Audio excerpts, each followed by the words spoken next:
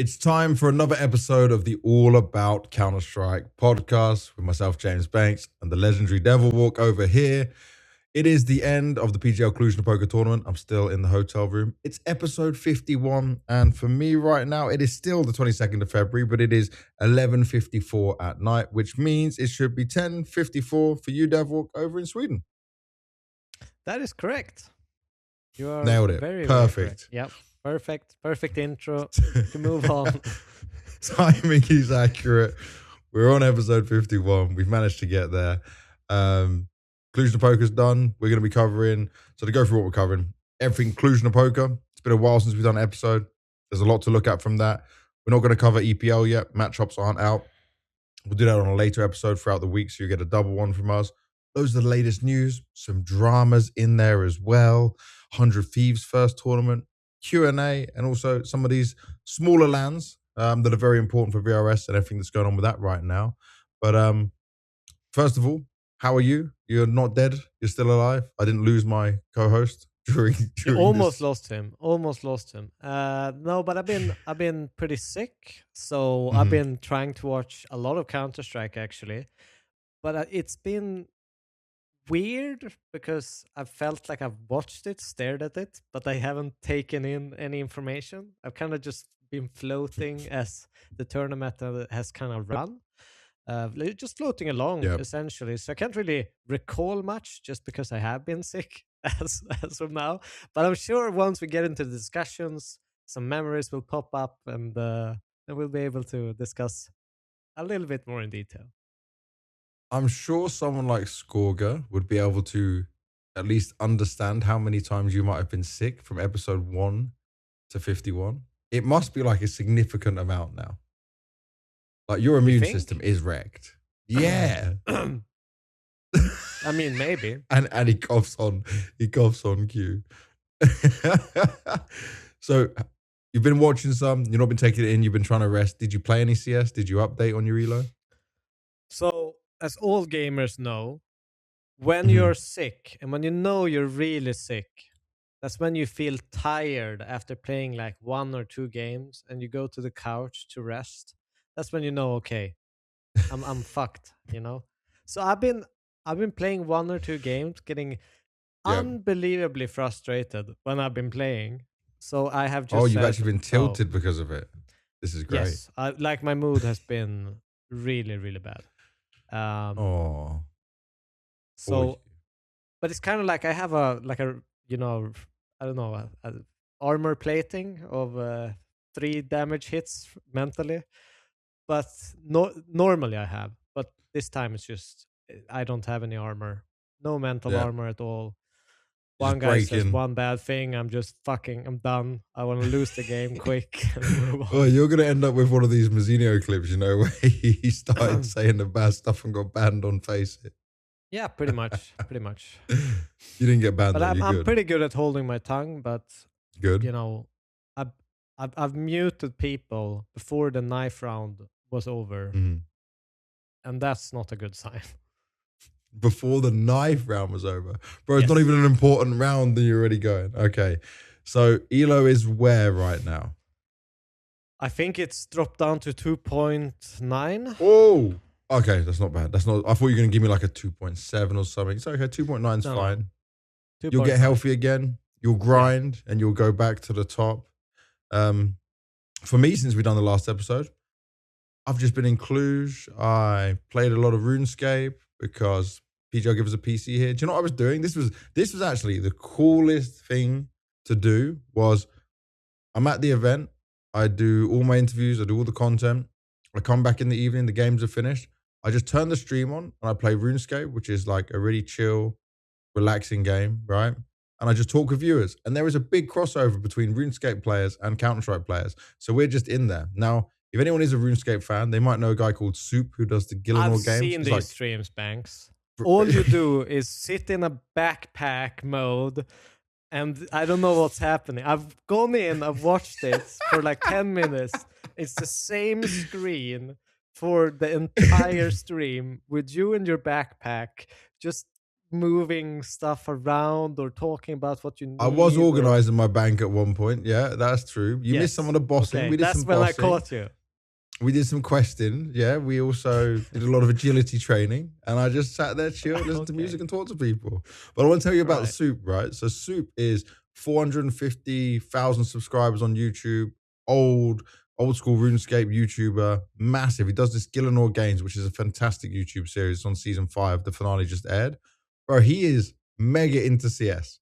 He thought it was so crazy that like I was in his chat. He knows about Rops's old school RuneScape account as well. And honestly, the crossover is crazy because I was in his chat talking. So I got 2.5K viewers in the chat. Everyone's watching. And there were so many people that knew me. And then like there's so many people that obviously Counter-Strike people that play RuneScape. So there is a big crossover between this game. Maybe it's an age thing as well. You were never a RuneScape person, were you?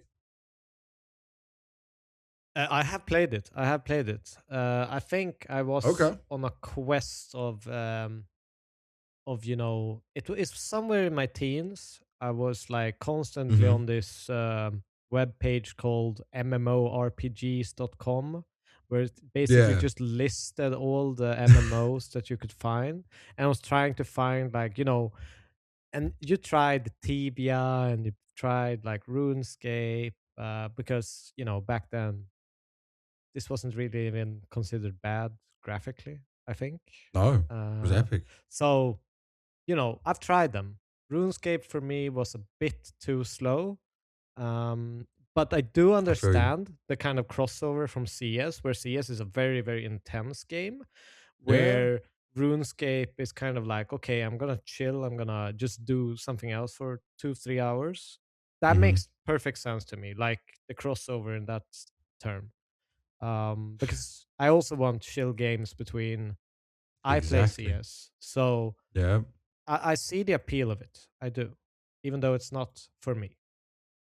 Well, I'm grinding my Iron Man, which means I can't get any help, can't get any money. I'm having some fun, chilling. But it was a really nice experience. It was a good crossover. I just thought I'd mention that at the same time and shout out Soup one time on the podcast. So let's start delving into all things that was Cluj-Napoca. First of all, we already praised, obviously, the format and everything that comes with it on there. We didn't touch on anything that happened. Remember, the last episode we did was before any games went down. So we'll give a review of basically all the teams throughout. We'll start at the bottom with a 3D match. Let's have a look at our ideas of who would go through. So I will say we can start with the opening matchups, picks, right? Did you want to do opening matchups first? Because we only got 2 games wrong each.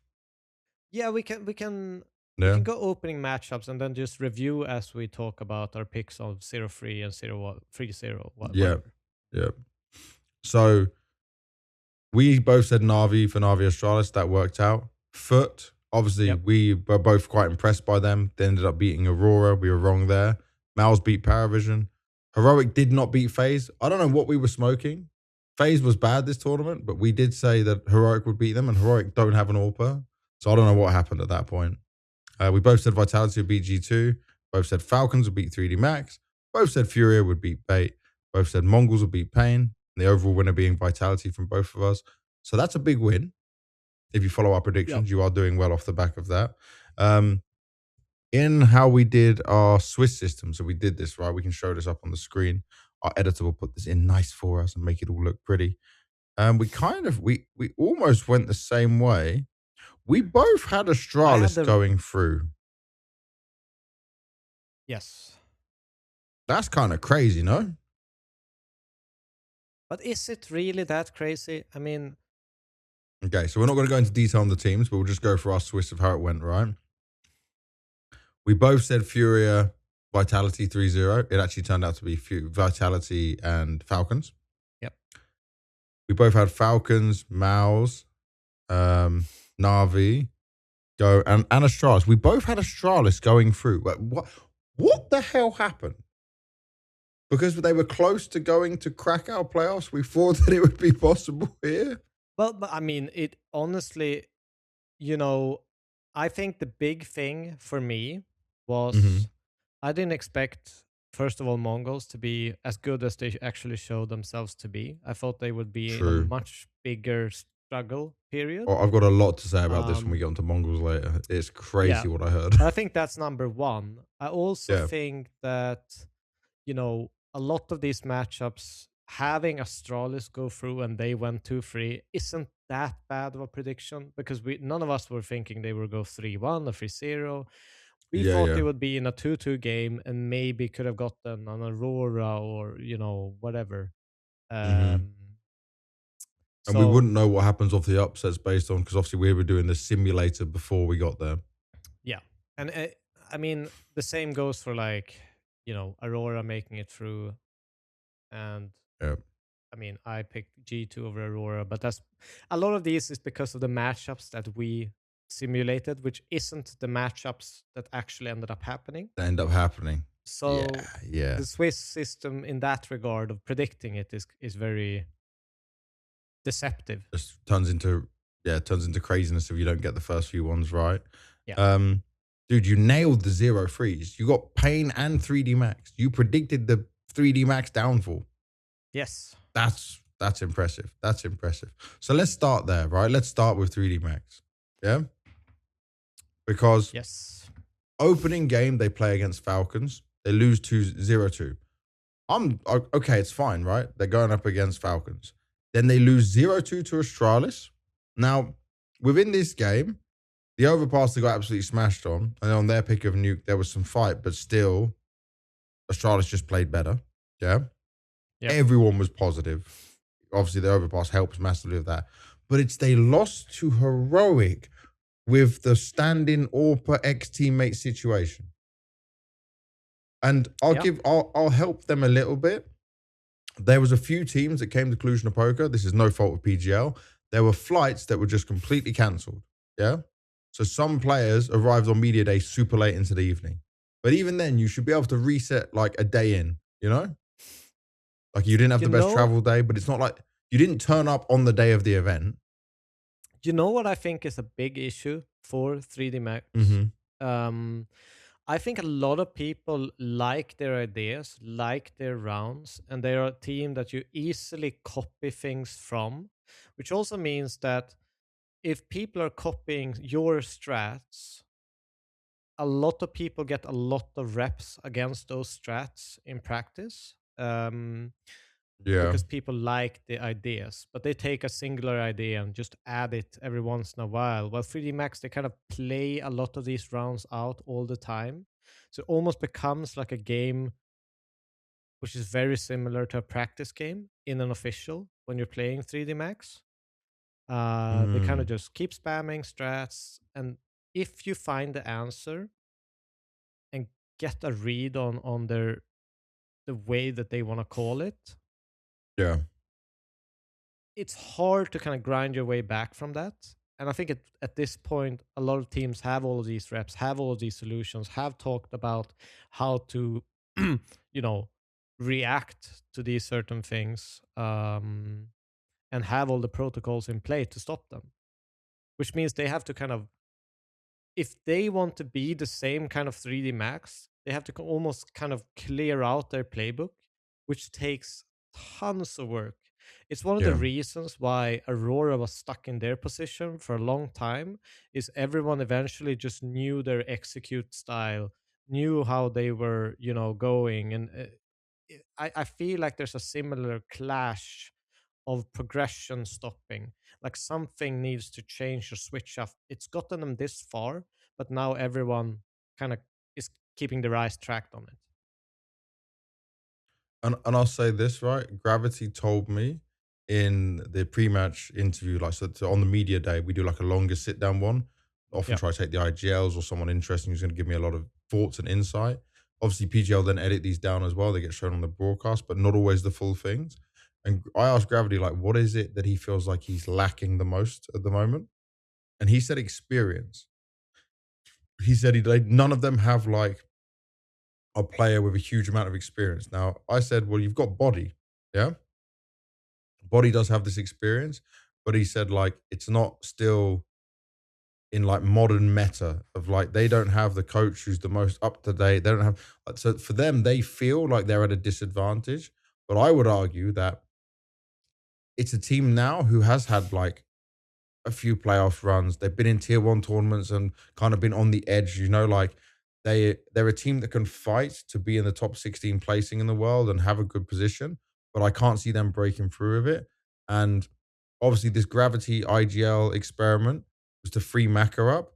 He still has some good games and I really like him, but like more often than not, he's not the difference maker player. And if they had another young player, then yeah, sure, that would lack some experience. But I wonder if if it's a need of change of vision or how you want to play the game. Because to say you don't have the experience, I don't think works anymore. It's not like there's some young 18, 20-year-old team grinding their way through these events. It's not like a FUT situation. Their average player age is 26.8. Yeah? Yeah. I mean, for me, I think like I'll probably delve into a little bit of a deeper dive into Counter-Strike philosophy here. But to me, it's almost like everything that you do on the server has a certain reaction of the other team, right? They prepare in a different way, round to round to round. This is why Parivision is someone I really love and like. What they do is they kind of start with that slow pace, which makes the other team do what? They hold their utility. Which in turn creates openings for them to be aggressive early because the normal utility isn't there to block, to buy this time for rotations, etc. So they use that to be aggressive and set a different pacing. Then that means that what is the reaction? Either early flash plays to stop early aggression, or that they start using their utility faster. And there's a balance and kind of a mind game that goes on in a Counter-Strike game that goes back and forth like this. You find a solution, you make the team play a little bit different, and you know, it shifts back and forth from both teams. And I feel like 3D Max, they just keep hammering the same point. They've gotten people to adjust to a certain way of playing, but they never really make the switch of, okay, you know, let's just throw our execute smokes and maybe play a default of it. They will block, they will do the reaction. We learn what their reaction is and try to abuse that. I feel like there isn't that back and forth in the calling where they gather information some rounds of how the opponent teams are being set up or how they want to react to certain things. So I think in that part, I can agree with his assessment that it is an experience thing. Okay. Because that is experience that you know, that's why Jame he's you know, really experienced and he does these kinds of things. You know, FURIA adapts and they don't have a coach they like do you. all these kinds of things. No, but I think this it is a great point, but it's something that can be, you know, it can be implemented. They just need to kind of think about it a bit more. What do we do? You know, have a little bit of a philosophical kind of discussion about it. You know, if we do this, what do people what makes it hard for us after we've done this for a couple of rounds, and how can we abuse that to make it easier for ourselves? So yeah, I would agree with him. It's a calling experience thing or an adaptation experience thing. And from 3D Max now, they're 22nd in the VRS. That's it's now going low down. They're getting punched down. And if they keep free falling like this without adjusting, and the thing is, you can't now probably make a change. If you make a player change, something else bad happens, then you don't get some invites, you don't get some points. They need to get into a safe zone again before they try change it. Otherwise, they could be out of the major or something like that, you know? That's the thing. It's a hugely risk. They're probably going to be in a situation where they're just going to hope and pray and cruise towards a major spot. Yeah, and otherwise... Definitely. That's what I'm thinking. You know, I think it's too big of a risk. Yeah. The other 0-3 onto Pain. And we didn't have high hopes for Pain, but bro, this is another one. BiggerZero told me on the opening day, guess what? The thing you never want to hear from BiggerZero, we have changed roles and positions in the team again. We're trying something again, trying to make everyone happy, trying to make everyone comfortable. I will say this, yeah? If someone just looks down the map score and thinks like, oh, well, Pain won a map. They're good on Nuke. Nothing else right now makes sense. They got absolutely wrecked by the Mongols in the opening game. Mongols lost Nuke 13-7, and then Mongols won Mirage 13-1, 13-2. This is when we started to take notice of good old CobraZero. We'll come on to him later. Then they won Nuke against Aurora. Then they got slapped on Anubis, slapped on Dust 2. Then, this is really unlucky, by the way. You do face MongolZ, Aurora, and G2. Yeah, I was about to say, they had really tough opponents, to be fair. There was no warm-up for Pain. Imagine coming to the tournament, yeah? And you're like, you're opening games with MongolZ. You think, oh, you know what? Second game's not going to be too bad. And then you see, I got to face Aurora? And then it's your elimination game. G2? And then G2, 13-10 on Inferno. Remember, G2 removed Nuke, so that becomes a problem for them. They don't have that Nuke pick they can go to. Then 13-9 on Mirage. I actually would say... They pretty much got the worst opponent they could have at every stage. Yeah, they had to fight hard for it. Now, the problem is for Pain, this is rough because, again, we already spoke that they're dropping points. They are now 30th in the VRS level. 30th. It's so tough. It's crazy. Yeah. And I will just say, I still believe that this version of Pain can improve, but I don't see already that it's going to work towards what it's doing. I know they're very tired because they haven't left Europe since Bounty. And guess what? They've stayed in Europe after this. They're all on boot camp again because they're going into ESL Pro League as well. Pro League is starting online for them, and they basically need to get to LAN. It's like a must for them to get to LAN. Yeah, I think, Pain... I don't want to be too harsh on them. I think it's just a matter of, having really bad matchups that they go 0-3. If I look at the list of, obviously 0-1, they could have gotten Parivision, G2, Astralis, and Aurora. That's probably the worst ones out of the 4. But in the 0-2, they got G2. So they could have probably beaten at least some of these, like 1-3 and 2-3 teams. No, maybe not 2-3, but at least some of the 1-3 teams, like FaZe, Bait, and Heroic. And it could probably have beaten 3D Max if they got them. But they are heavily in a work in progress team. They are not ready. They don't have the wide map pool. They can obviously play good on one map. We saw it, Nuke seems to be pretty decent. Just to go to. Then you're going up against Aurora and you have to play Anubis against them, and then Dust 2. I mean, it's probably going to be draining. I want to be lenient on them just because I do think that they made major changes. But at some point, I don't like this. Oh, we changed rules again. We switched this. Bro, I've heard it too many times. This is the only way. Like, sometimes you just need to grind it out and find the solutions for everyone. It can't just be, I'm sick of jumping B apps. Let's switch. I think it's around BiggerZero's calling though, because like he calls a certain way and he's like, they're trying to get Snow in this star role, right, and make him into this player. But like, he has. I spoke to him in the lift, and here I have no problem saying this. I told him, I said, your issue is confidence, because I've seen how mechanically good he can be, but the moment he starts on a bad game or has like a slow start, it can be over for him. So he almost needs to go the NQZ route and like get his own performance coach. They told me they got a performance coach, by the way, so they are working with someone. That's new for the whole team. Because remember, NQZ just had the one for him personally before.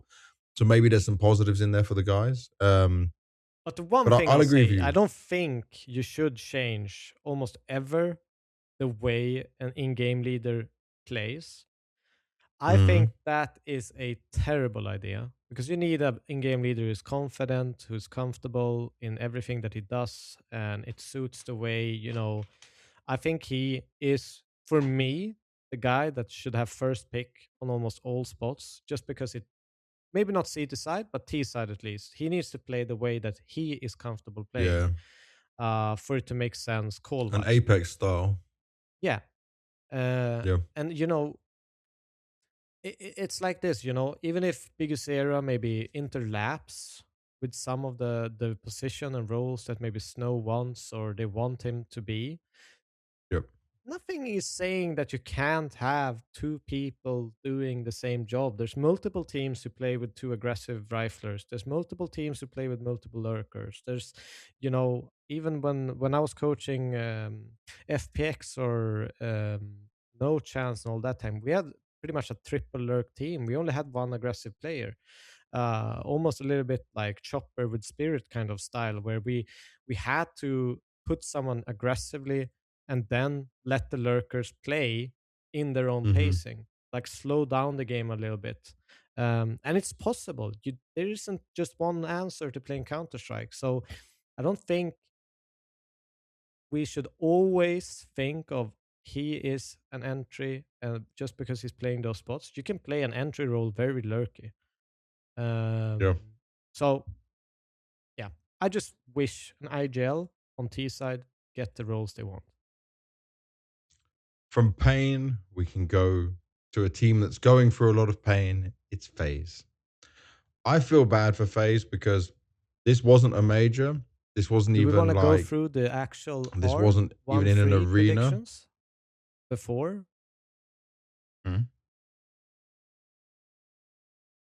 Oh, okay. Yeah, well, we said 1-3. So I said 2-3. Oh, yeah. I said 2-3 FaZe, G2 Parry, and 1-3 MongolZ Bait 3D Max. You said 1-3 FaZe, Heroic Bait. I think you're accurate on all of them. Yes. And then 2-3 Foot, you were correct. MongolZ and Aurora, not correct. Yep. So yeah, you were kind of nailing it. So let's look at the pain of FaZe right now. FaZe took down Heroic opening game. I'm expecting that, right? We didn't predict it, but we're expecting it because it is FaZe from the level they can show. They play Falcons. The Falcons games was like, it was a risky pick for the Anubis. Yeah. It's like, it's a typical Karrigan move, you know? Trying to surprise them, catch them off guard. You analyzed the Falcons Anubis plays, right? Of how they were doing it against Aurora and what goes on. Then they win Dust 2. But on an Ancient, they didn't stand a chance. Like, they got rolled over. But it's still a respectable scoreline. The Parivision one hurts because I felt like they had that game. They threw Ancient in the end. You had a 9-3 lead on the T side. And I'm expecting, like, Karrigan of all people to be able to call so good against this Parivision. And I was watching it happen. And then on the CT side, like Karrigan said it was like 1-2 rounds and it would have been theirs, you know? 1-2 different decisions making and they would have had it. And then they go to Inferno and they don't recover. Yeah. It's a tough one because, I mean, I looked at even the Falcons game. If I look at that Dust 2, that to me looked like a Falcons throw more to me than it looked like FaZe playing great. Because I'm pretty sure that it was a 7-5 half, and then Falcons just kind of shut down on their CT side. They didn't get any reads right. It looked weird when they started switching sides for me on Falcons side, like a side that they normally find a lot of success in. You know, MongolZ as a beast on that op on Dust 2, and it just didn't feel right. And in terms of the Parivision game, I mean, I agree with you. I feel like they had it. They had it. They had it. Parivision is difficult to play against, but I just wanted more, you know, like Karrigan won it on the T side, and I'm thinking, okay, CT side, then you just need to have a good read of what they're doing on their T side and make the right calls, make the right mid rounds to it, right? But it's and with the caliber of players they have, it should have been possible. 100%. But I also think Parivision is probably the hardest team in the world right now to kill the game against. They consistently make these like crazy halves possible, work their way into a close score line, even though it looks like they were shit all game. And then all of a sudden something switches and but that's the truth, you know. You watch any Parivision game, they can look really bad, and then something. This is a team where I would never say they can be 0-7, 0-9, and I'm like, still probably getting up 10-10. Might even go to overtime. Richard Lewis was saying in the green room over and over again, he goes, watch this game go to 10-10. That was his call. It was like, we were all, the game is over. Soon I will go and do an interview.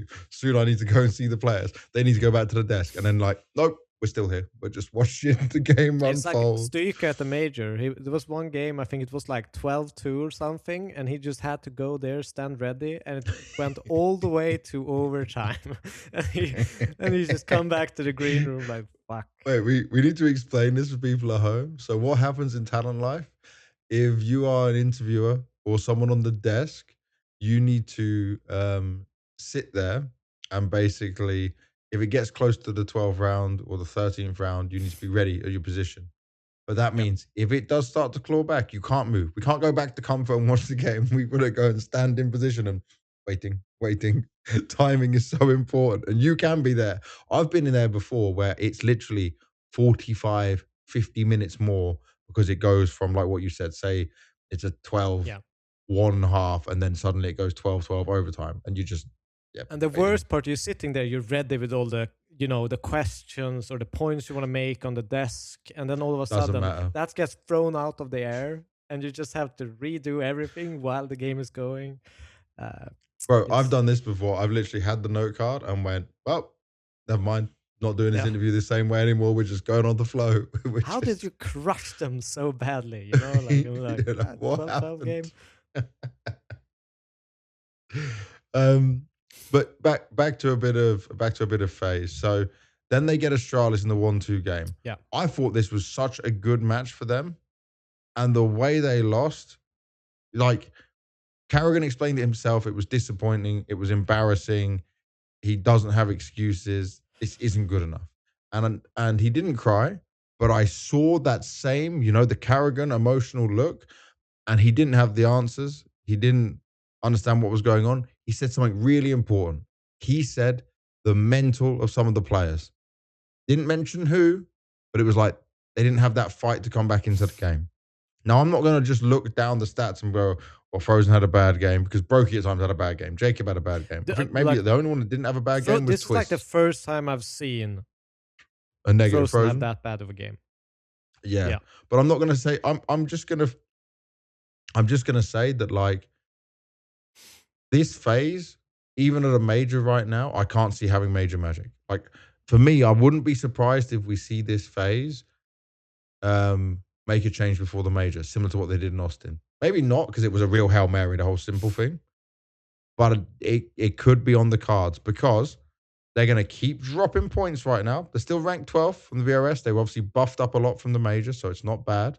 But they are in a position where it's FaZe. Things are expected to be better. Carrigan doesn't realistically have too much time left of his career. Yeah. And people are starting to now doubt more and the decisions they've made and the pickups they've made. And like even this, I checked on Twist's Twitter. No technical problem, no issue, no crazy things happened this time, right? It was like the last one was only in the heroic one. And then after that, he just said, not the best showing today, very disappointed. And then he didn't tweet after the Parivision, he didn't tweet after the Astralis game. So like, they had the tech issues at ESL, they had the tech issues of the first game against heroic, but after that, seemed to be fine. So this was just like a legitimate loss for FaZe in a really bad way. Yeah, and it is probably incredibly mentally exhausting for these players to have, they set their aims to competing against the Vitalities, the Falcons, the Furias of this world. And, they probably look at a team like Parivision and it's like, how are we losing against these guys now? They were like rank 80, a couple months back. Yeah. It's probably very mentally fatiguing for a lot of these players, because this is a journey they've been on for not just this year. It's been a long time that they've constantly been a disappointment, and it's hard to be a player and everyone is disappointed in you. It's not, brokey magic or this and that, or you are God. I mean, everyone obviously loves FaZe still, even if this, but it's wear and tear on the players and the fans. Bro, I met so many fans in the arena just these days, and they're like, I bought my tickets to see FaZe. I was hoping to see FaZe, like I hear that all the time. And obviously you can't always being luck a out player, which teams are going to make playoffs. Because they feel what the fans feel, probably 100 times more. Yeah. You don't know. They have higher And expectations of themselves. They're going to get a lot of hate messages. Yeah. A lot of hate messages with it at the same time. You owe me $200. I bet on you. I will say that, like, I'm nervous for FaZe and something's going to have to change. And obviously the next event for them is Rotterdam. Yeah. I don't know if maybe they're doing ESL. Maybe they're doing ESL. They might be doing EPL. But they have to get some wins under the belt. And online's never kind to FaZe, so we'll keep an eye on it. But they're in the dark spot right now for sure. All right, we're coming back onto bait. I just want to say a few lagging tech issues. So in this episode, unlike normal, we might have a bit of talking over each other. I am trying to fix it as much as possible. The connection is going downhill. I'm guessing everyone right now is in the hotel and they're just sponging the Wi-Fi and using it. Not sponge commentator, obviously. Like taking the Wi-Fi, soaking it all up. We get to come on to bait next, mate. And yeah, I'll say this. They made the right choice, and I'm not mad even if they did go 3-1 and only beat Heroic. The games were not hugely inspiring, but I've got this information for you that basically what happened was with bait is that they didn't see a future with Hedrick, yeah? They weren't getting what they wanted from him as an AWPer. Then they brought in the young player Segukawa. They wanted Sizzy or Segukawa, yeah? Then on the Sizzy situation, there's obviously the contract negotiation because obviously he's coming from Spirit Academy. So they tried Segukawa, which obviously didn't work out, wasn't what they wanted. Now, Sizzy, mechanically and stylistically, 16, by the way, when I first met him, he was all smiles, all bubbly. This is a player where people are going to look at his stats. I'm just going to double check his stats to see what it was. They're going to think, no, what are you on about? Like, because he didn't have a donk performance or a Manassi performance. I'm not saying he's going to be like that. But from the eye test, if he can get implemented into the system and they can work things out, I actually believe he can have a bright future. He ended in 0.94 across the 9 maps he played. On the Mirage he played against FURIA, he was out-ruling most of their players. He was the highest rated player within bait. Against Heroic, it was him and Kenzazor dominating. But obviously this is, again, Heroic with a standing situation.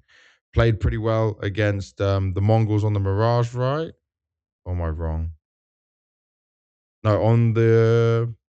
I had a rough time. He had a rough time against the Mongols. Maybe because of the style of CS they play, so I'm wrong there. And then he certainly struggled a bit against Aurora at the same time. So tougher games, learning with him. But what I saw was at least better than Segukawa, which wasn't hard to beat, but also can be good for the future. I think I've seen enough to say it's not like they're not doom and gloom right now. No, I think he had a good event. I think good first test. It's obviously a massive step up to playing these kinds of tournaments. They play FURIA first game, Heroic, obviously a little bit easier, but MongolZ and Aurora, not an easy. You know, it's a very different kind of stylistic brackets that he had to play, and was probably a really, really good test for him. I think, as you said, like from the eye test, he had that X factor in him. He could be in very awkward situations and get a lot of things going for him and for the team. So I was impressed by him from the little that I actually saw. And the little I do remember from these games. But I do remember something, and I did see him be way more comfortable. It looks like he was willing to take fights, willing to make plays. And I think that that's kind of what bait has wanted from their AWPer. And he'll get more comfortable, get better, timings on his plays and better support for what he wants to do as the future kind of unfolds. Right now, there was obviously times where he made some mistakes, both positionally and stuff like that. But I liked what I saw. I liked it. I think as you said, he has a bright future. And like, this is what was great is that MPL said in an interview that like he's a good player, but a lot of like the struggles they had were off the bad calls from the team, the bad decisions they were making as a team. not doing their strats. And then they asked him, how different is he to Headtrick and how will he impact the team's playstyle in the future? Obviously, he has that X factor, is what MPL said. That's what every tier 1 team needs. And if we want to become tier 1 in the future, we need it. So they really believe in him. So despite their results not being good here, I still think it's like one to be positive for the future. Don't have to touch too much more on bait. We have to also say that with him, they've obviously gotten way less practice than a lot of the teams going into this season because of this kind of mid or after one tournament. There's change between Krakow. The prior to the first tournament is probably where you have the room to practice the most, and he didn't get that. He was not there. Nope, not there at all. Heroic, I don't even want to touch on. Like, all we know with Heroic is they don't know when Alcoren's coming back. I Heroic, think that's as an really organization, weird, by the way. Isn't that extremely weird? Well, I'll tell you this. I pushed the manager, who's a lovely guy, by the way. I pushed him as much as possible. I tried to speak to some of the players as well. None of them know, bro. Like, even players I'm cool with, they're all left in limbo. It's like higher ups telling them. The coach do an interview recently on HLTV, and I think he said something like, "Yeah, we just hope and pray that he will come back soon." So and it's like, what? But this is also the Heroic that couldn't get other players' visas. Yeah, they've had this problem before. It was in was it Dexter? Who was it? Look down. It just feels weird. And also, like, it just feels like this is a situation that they probably should have known before heading into the season, because it's not like he's a new arrival or anything. They've had him, they've played with him, they've practiced with him, they've gone to tournaments with him. Yeah, it was Dexter. They had Dexter, and he had visa problems at one point as well. Yeah, so Heroic's had this one before. It seems like they don't know what to do, but it's like Alcoren's from Kazakhstan, not Russia, so there's less of this problem of him getting a visa, you know? Yeah. And none of them know. They don't know what they're doing. They continue to just lose HLTV ranking and VRS ranking. They're in such a rough spot. Like, I don't think they're making a major. And they're this is just costing other players. Just call their FURIA and ask them what the fuck they did. Yeah, how did they get? Well, I guess it's being better organized. Probably FURIA, with having Brazilians, had a better understanding of how to do the visa stuff, you know? Yeah. I'm just assuming. But yeah, just for Heroic, from there. For Heroic need help. Someone needs to come and fix the Alcoren situation. And then, by the way, when he comes back, he's not going to be well trained because they're just playing with youngsters the whole time. So it's going to even take time it's from that point. It's such a weird situation where I think, like, isn't the best thing to just get at least like a short-term contract with another player that you potentially could see fit into the roster, rather than just have this inevitability of just ruining the entire season. Like, it feels weird. It feels like they can find better solutions than what they currently have. They need to. They definitely need to. But we'll move on. This is really tough for the players, by the way. It sucks so fucking much to be in a situation where you don't know what's going on. And you don't know when this horrific situation is going to end. You remember when NIP played for like 1.5 years or something, a whole season, with like, they don't know when Device is coming back. So they just played with academy players for like an entire year. And it's just, they were mentally fatigued after that. Yeah, trying to teach people new stuff all the time. Yeah. At least they've got Youngster, and it just seems to be consistent with him. But it's obviously he's not an AWPer. Yeah, there's a lot being asked of him here. So, on to Astralis, because I don't want to waste too much time on Heroic. Astralis finished 9th to 11th. They lost the opening game to Na'Vi, that some people seem to think was like a 50-50 matchup. But obviously, I was one of those people. Believe in my Na'Vi boys. Yeah, you were one of those people. That's why I'm Well, I said it was a 50-50 matchup. If this was a bracket draw in the middle of the bracket, I think that this would have been a 50-50. Now, you can do Pac-Man all you'd like. I think that Na'Vi would have struggled a bit more if they couldn't prep. That's all I'm saying. I'm saying this was Ima in his home country. he weren't going down like that, man. They were not making playoffs. We'll get on to Na'Vi later anyway. But for Astralis, losing to Na'Vi, beating 3D Max, losing to Foot, beating FaZe, and then losing to Aurora for the playoff game. I would say it hurts because you were again, like Krakow, 1 game away from making it to the playoffs. Yeah? They lost to FURIA and Krakow. I'm still positive about this. Hooksy was so, I guess, sad because he said, like, there's still a lot this team needs to work on. He was saying about the mentality as well. Obviously, Ryu had a really bad last game, and he's someone we've been very positive about. But I'm not going to hold that against him. Pretty much everyone other than Stair had a bad game. Hot and cold to me. Like some games, they look incredible, and then they just fall really, really flat. The next one, I think that's the big issue. What would you put that down to? I mean, to some degree, it's mentality, and I think a lot of the times when players get a bad start, they try to force things that are kind of either do things extra, or they will shut down the communication, like overlook at the crosshair. They aren't as loose, and every second counts in pro Counter-Strike. And if you have to, ask your AWPer again for a flash for a certain situation, you're losing time. You're losing the timing of that flow that you want in a game. You want to almost flash me, flashing, bam, boom, bam. I'm doing this. I'll do this. Can you model that? Bam. And you just continue this like kind of we used to call it rap god communication. That's at one point. Yeah. I get you. Where everything just flows consistently, and you don't want to ask a second time. And I feel then players get hesitant. Things aren't moving. No one's taking that initiative. Can you flash? Because it's just stuttering all the time.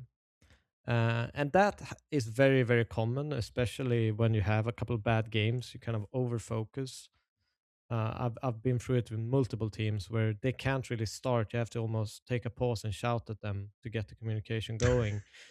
Or they need a clutch win from someone to get that energy up and get them in the right, you call it like... Inspires them, right? Yeah. So, bit of inexperience, and also like maybe players don't really know how to mentally prepare for a game to get into their best shape. That'll come. I will still say that this is a better Astralis than we've seen in the last 2 years. 100%. There's actually hope. There's prospects. There's a light at the end of the tunnel now. It was completely dark before. It was a caved in tunnel. There was no escaping. I'm so positive around what they can do. I think that this can be, like, for the future, a great team. I think they can maybe peak when it comes to the major, for example. I think that's definitely an option in there. And they're close to playoffs. It's twice now close to playoffs for a brand new team. It's just going over these protocols, understanding, like you said, the communication, these fast moments. So it's not going to make them happy, but it's still a good placing for sure. I mean, they placed in the same bracket as Foot and G2. That's not, like, if you look at that perspective, it's not that bad. I'll say this. That's perfect. Let's go into Foot from here. I love this team. I love so much about this team. I don't know about you, but the way these 5 players play off each other, how conditioned they are to work as a team and work as a unit. Some of the mistakes I see, they're not like horrific mistakes a normal young set of players would make. Like, this is their run. They beat Aurora 2-1. They lost to FURIA 2-1. They beat Astralis. By the way, they could have 2-0'd FURIA, just to be clear. They lost to Mousesports, and then they basically won against Parivision. And then it fumbled at the last bit, like, it's the experience they're going for. Yep. And bro, I saw them after that game against Parivision, and they were so disheartened. For Lounge, obviously wanting to be in his arena or his home arena, this team, like, dude, how many times do you even see some of the best teams? Falcons, for example. There's 2 players alive, one's low, and he still goes to the peak to get the kill just because he's got the ego with him. These guys or call for backup, wait for that backup, peak together, or the high HP peaks first and the low HP peaks after. Like the little details I'm seeing from Foot is way above their average age of 19 as a team. Like they are so good that 100% they'll make it to the major this year. And they're going to definitely make playoffs of a big event when they get the opportunity. Like they are right on the edge of it all. And this was a great showing from them. The Mouse game, right? This is just experience. They were up. They had that game on Overpass. It was 12-3.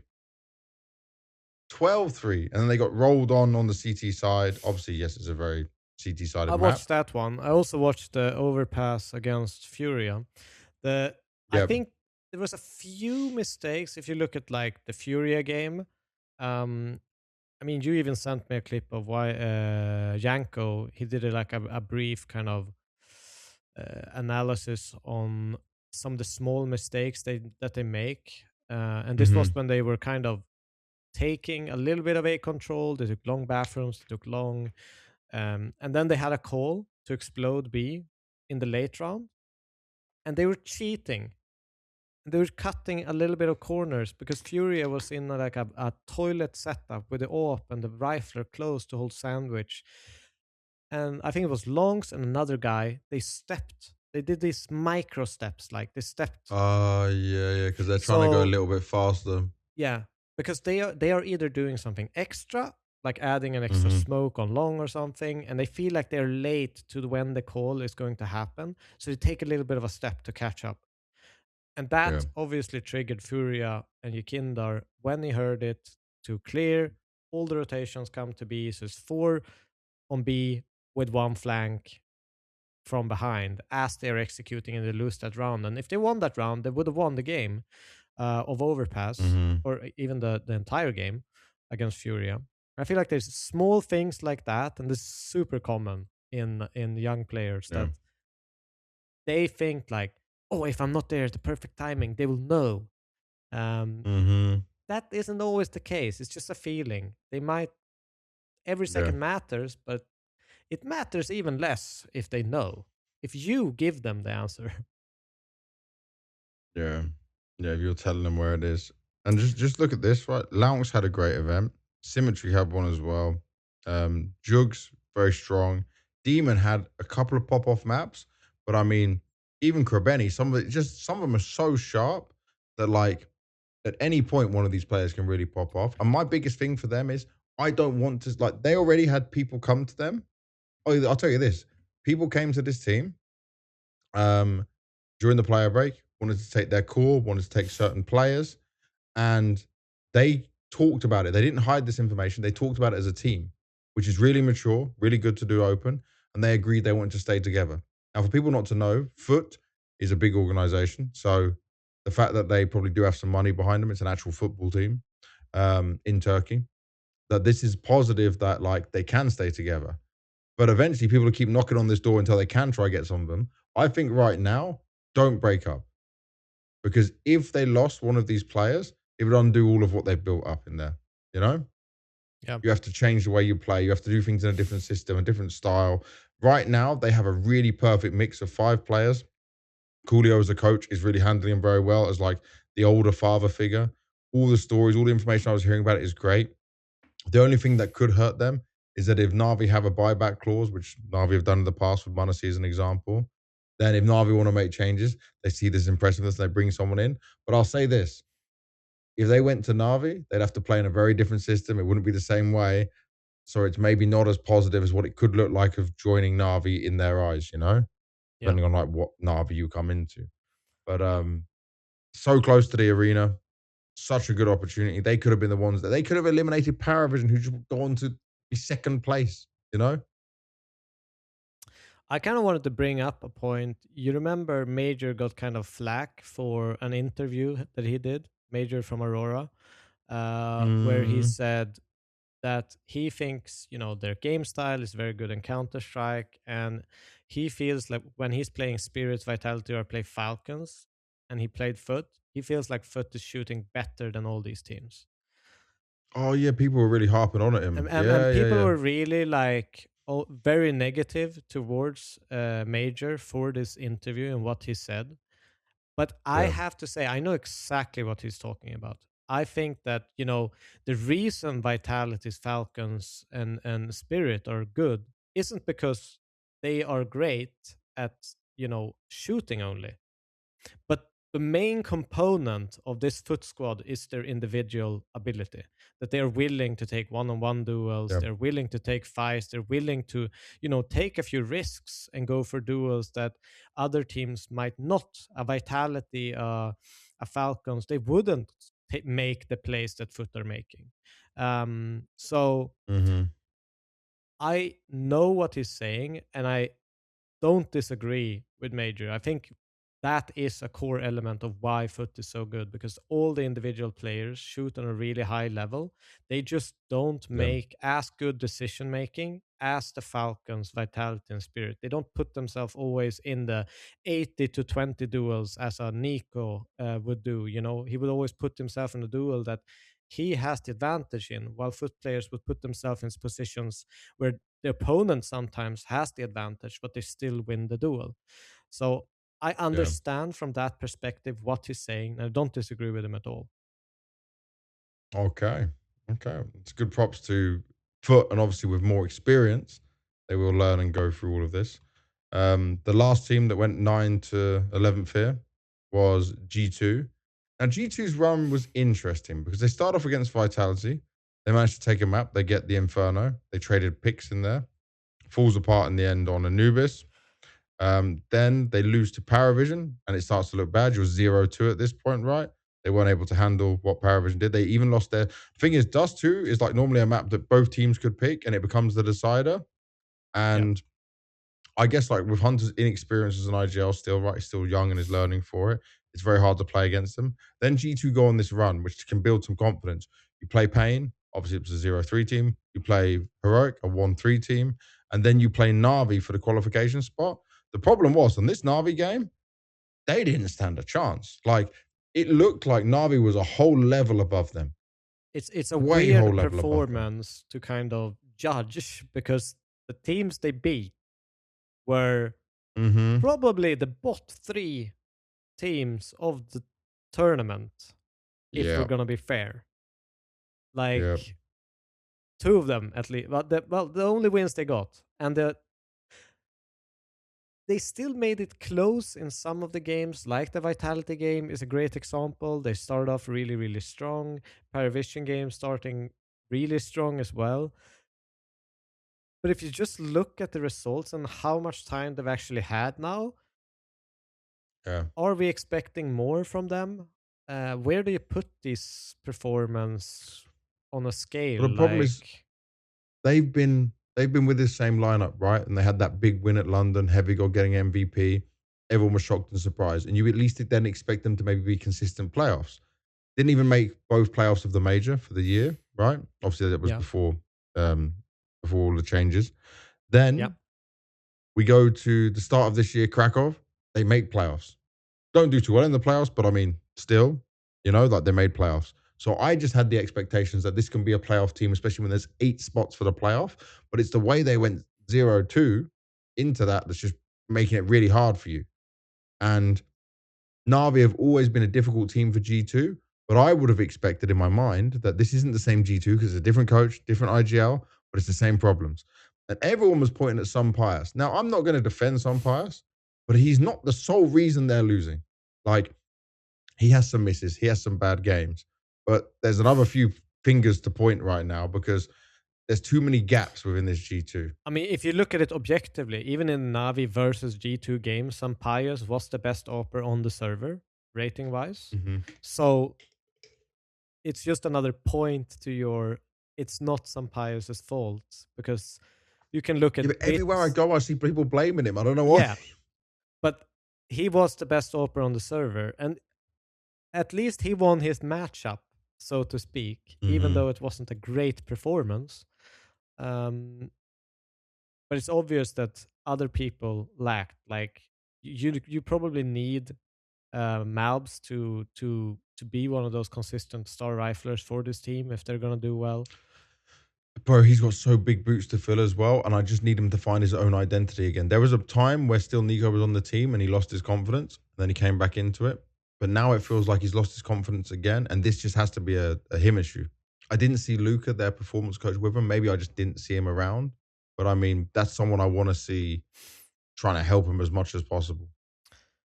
Because if you look, he obviously had a great game against Vitality. He had a pretty mediocre one against Parivision. He had great against Pain, great against Heroic, and then a real stinker against Navi in terms of rating.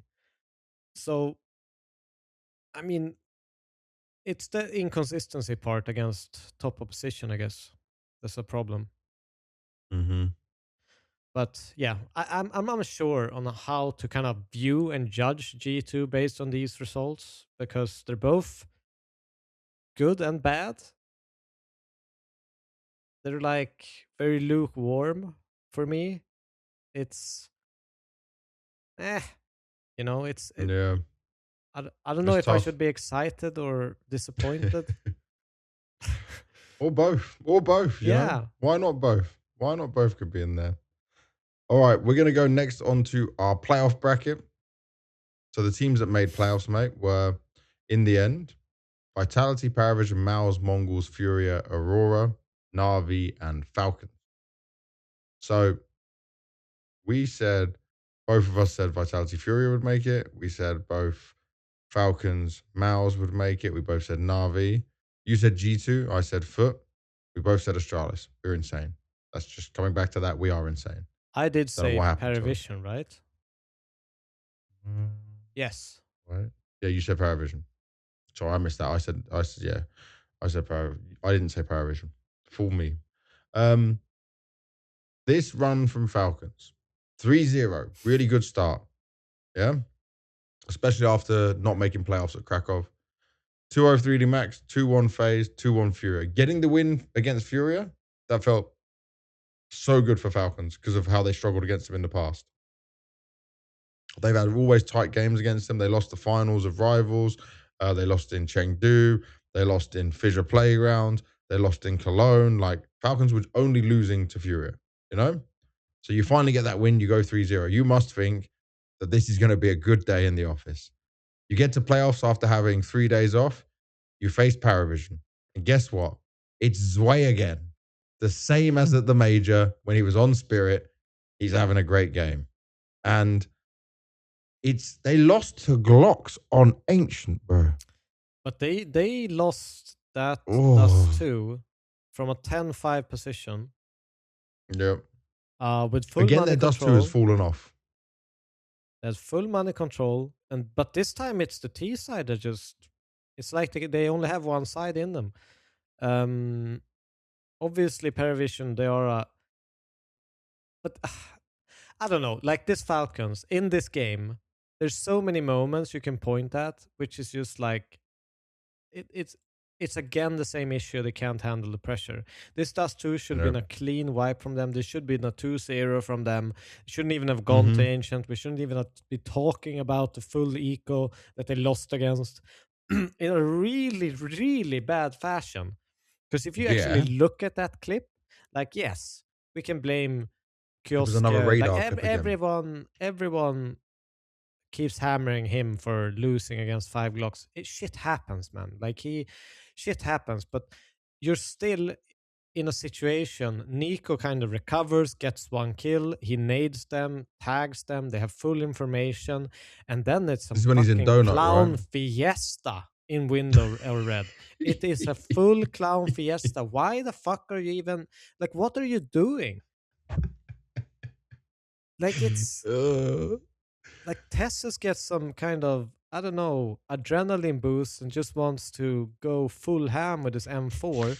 And they kind of force each other in this weird way back and forth up the stairs and just gets dinked and dinked and dinked and dinked. And they go down. And Nico, you could see how visibly frustrated he was trying to salvage that situation with when he come. It's almost like he's already made that rotation to help them, but they die too fast. And that was the nail in the coffin for the Ancient game, but it should never even have been there.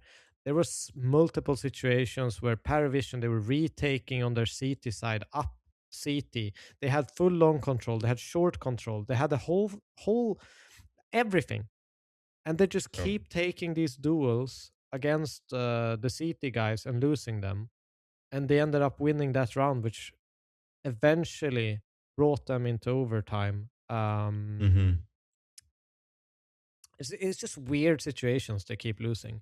Like they don't even need to do anything. They can just keep flashing and dodging this, force them back, because after so if you're CT and you're moving up CT wall, like with your back turned towards short, the only way it's comfortable for CT is if the T's haven't crossed that elbow angle, right? Once they can be towards that side, it's a death sentence to even be taking these duels. It's literally a death sentence. So they were in the position where they could have just slowed things down, taken 1-2 extra seconds, and then crunched them all together. But they just ended up taking the duels way too early, and kind of forcing the long player to push out. I don't know. They should never been in this position. They should have won that game. And it's just weird that they didn't. But tell me this, right? Falcons think, and they see this, that people are overcritical maybe of them being in how many 3v5s they lose. Because loads of teams lose 3v5s, 2v5s, or whatever it is, right? So yes, there's more eyes on Falcons. But it is because of the players they have. But also, it does seem to happen in crazy ways with them. Like, I can think of a Vitality losing a 2v5. I can think of a Mouse losing a 2v5. Yeah? I can think of a Na'Vi losing 2v5, anything.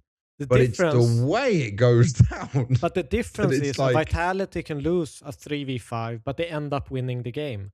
Falcons, they lose and then that. We forget and it's about this decisive moment of why they are losing the game. So there is a big difference. So it breaks them. Yes. Yeah. I mean,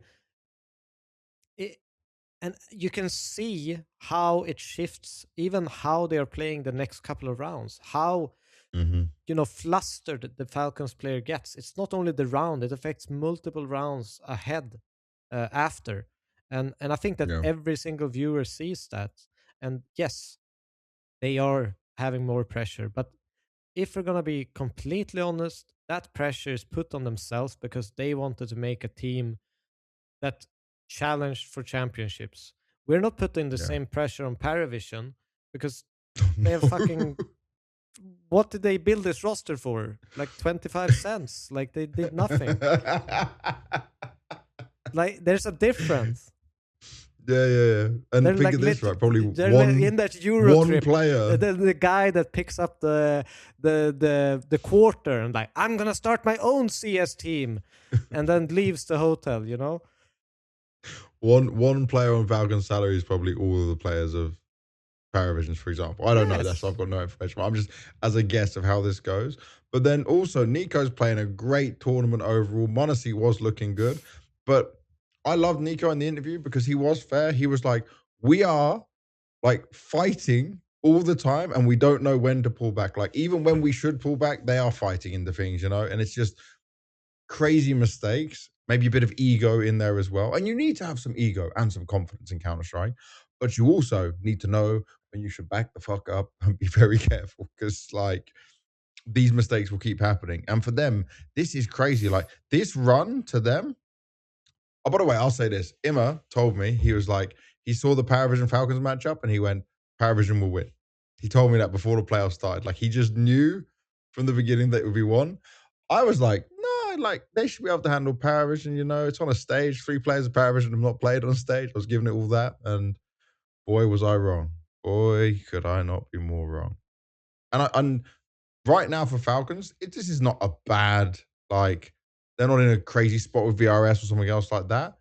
But I mean, it now feels like they are further away from a trophy than what I was putting them at coming into this event by far.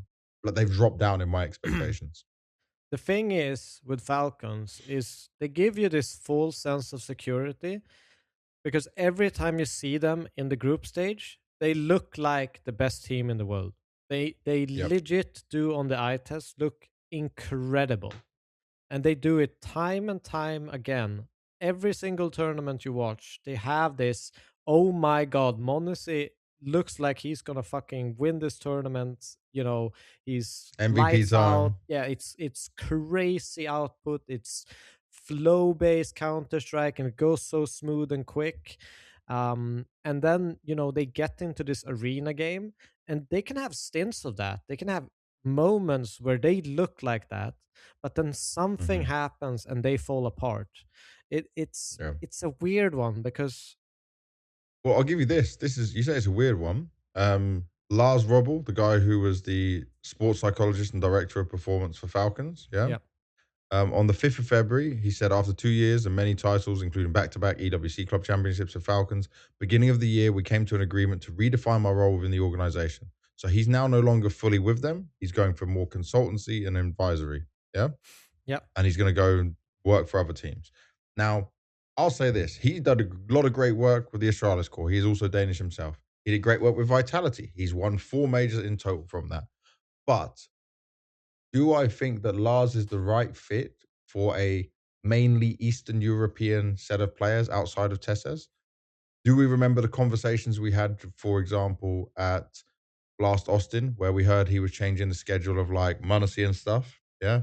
Putting them into, like, let's be honest, if Kioski and MongolZ, for example, Kioski vaping all the time, MongolZ grinding until 4 or 5 in the morning playing FaZe here, if that shit works and they're owning, go ahead and do it. It might not be the greatest, most healthiest way to live your life, but I'm not changing a winning formula, you know? And I'm not saying that is the reason, but I mean, different people from different cultures, different people need different things. And you as a psychologist or performance coach should know that. And maybe they need a different way of dealing with their mental health. Maybe they need someone like a Dastan mentality, a military mode to tell them what to do. Because right now, if Lars has been put there, Zonic must be looking at this and thinking, my time might be up soon. I mean, it's starting to get to a point where what can you change? And you have to look at all avenues and like how much time are you actually gonna need? Because how do I even like? It's disappointing that is it MongolZ haven't won a tournament with MongolZ, and how long has he been there? He joined after that Bucharest tournament, so the second part of the season of last year. It's 10 months. Wow. Is it really 10 months? No. It's 10 months. 10 months. Jesus, I didn't think it was that long. 10? When did he join? My voice even went high-pitched there, man. What the? He joined. I thought it was like 6 or 7 months. He joined straight after their trophy in Bucharest, right? Because that was with Dexter. Which so he was joined in Falcons. April. Bro, he's nearly on a year already. Yeah. Oh my God, my mind is blown. So okay, that's 10 bad. months. When you've got one of the greatest players of right now. And that's them. I mean, they haven't only been at tier 1 events, right? Haven't they been at like some They did a couple of these 1 point PGL halves? They went to Fissure. Yeah. So they haven't picked up those either. So, oh, it's tough.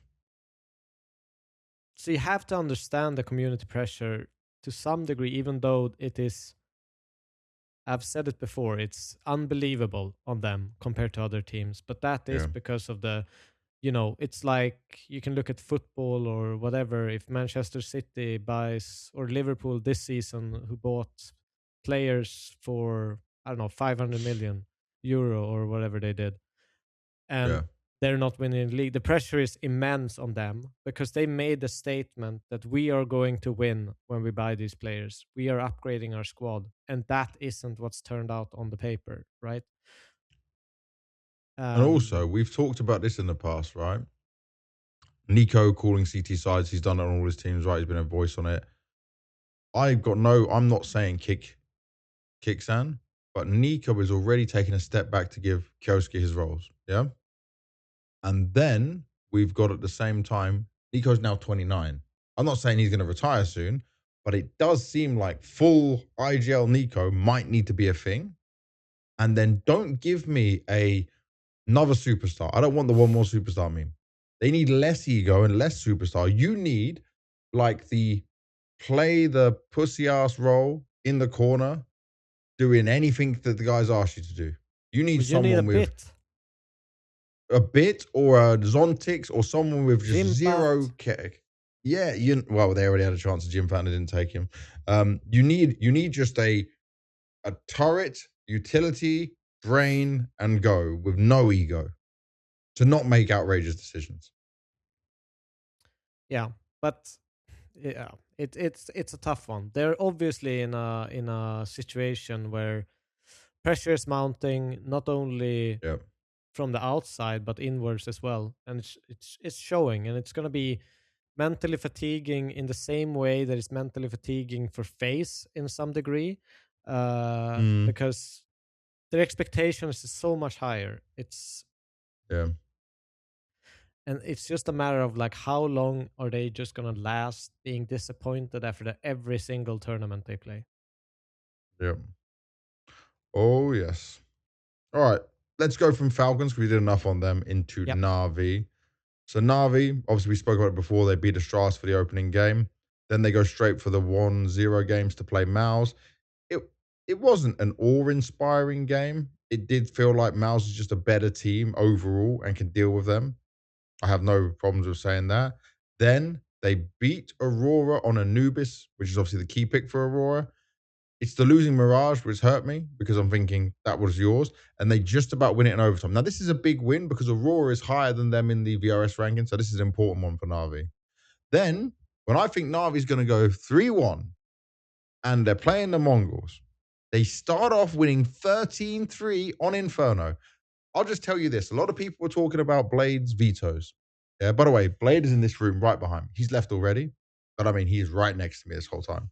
And I was talking about the vetoes with the guys, and they said they played the Mongols a lot on practice. Mongols were absolutely trash on Nuke. We'll get into some more Mongols conversation later when we cover the team, but Mongols weren't practicing much until Krakow. They didn't practice until Krakow. So some of that data was a bit less informed than what was expected, and CobraZero is just pulling off crazy moments and certainly a super positive player to look at. So they lose against Mongols, which normally is a really good matchup for Na'Vi. Then they beat the G2, they go through. On stage, where you have the arena behind you, you get another map win. It just felt like I'm still seeing the same problems from Na'Vi, where a little bit of shakiness, one bad round, one bad moment, and they can't come back into it. You know? Yeah. It's like sometimes you get a good Imma, sometimes you get a good MongolZ. MongolZ even struggled a little bit on like his Ancient, which is obviously a good known map for him. Imma said in the interview, like, he may have not felt the pressure of that Romanian crowd being fully supporting them and cheering for them, but obviously it has expectations with it, and he didn't play as good as he did in the group stages, which is not something I would normally say for Imma, I think. It's not bad, but I felt like if this was the time to beat Mouse, it was going to be there in this quarterfinal game. Yeah. I mean, I'm not really disappointed in Na'Vi. I just think this is kind of where their level is at. I think like a top 8, top 7 team. Yeah, I think, as you mentioned, like Mouse is a bit too big for their breeches, or is that the saying? Pants. Too big for their pants. Yeah. What did you say? What was the word you breeches? used? Breeches? I think that's another word for pants. Oh, briefs? Maybe it's like your boxers? Briefs? Either boxers? way, we will. We would say, in English, we would say too big for your boots. Yeah, but maybe this is That's American much version. simpler. I don't know. Either way, I don't know if I'm right or wrong. I'm just guessing. I felt like I've heard this one before. This is like Swedish saying. Either way, a little bit too big for them. In whatever aspect you want to add into it at the end. I think it's a good I think it's good they made playoff. Like, I didn't really expect them to be trophy hunting at this tournament. I don't think that they are in that mode. I think there's a lot of other teams that, if I look at this, I don't think they would beat Parivision. I don't think they would beat Mouse. I don't think they would beat Vitality, Furia, and they could have gotten all of these kind of matchups in a playoff. And I just don't see them moving to the semifinals. Maybe they could have beat MongolZ if they had a rematch. Like, that's where I'm. Yeah. Maybe. Or if they got Parivision. They're just not at that stage. I don't see them being better. I think some teams work quite out well for them and some teams not so much. I'm still missing the wonderful from the major. Bit had a better performance, Imma as well. MongolZ is like, I was so high on MongolZ, and now I'm going to say I'm a little bit more neutral on him. Like, I think he should be doing more, but I'm not getting it. He has some great games, and he has some great maps. Games. It's maps for me. Yeah. He's really map dependent. We know he's got the Ancient, can be good on Mirage, but he also can throw some Mirages as well. And Inferno, he's still just not the map for him. Yeah. If we're being honest. But yeah, that's kind of, I can agree with you that this is where Navi's at right now. Playoffs is okay. Still a lot to do. Still a lot to grow and try and get before they can be aimed for trophies. Yeah. I think they might be regretting that they didn't make a change during the off season. I think that's where we'll be at with them. They should still make the major. They should still be in a good spot. We'll have to see how it goes. They are at EPL as well.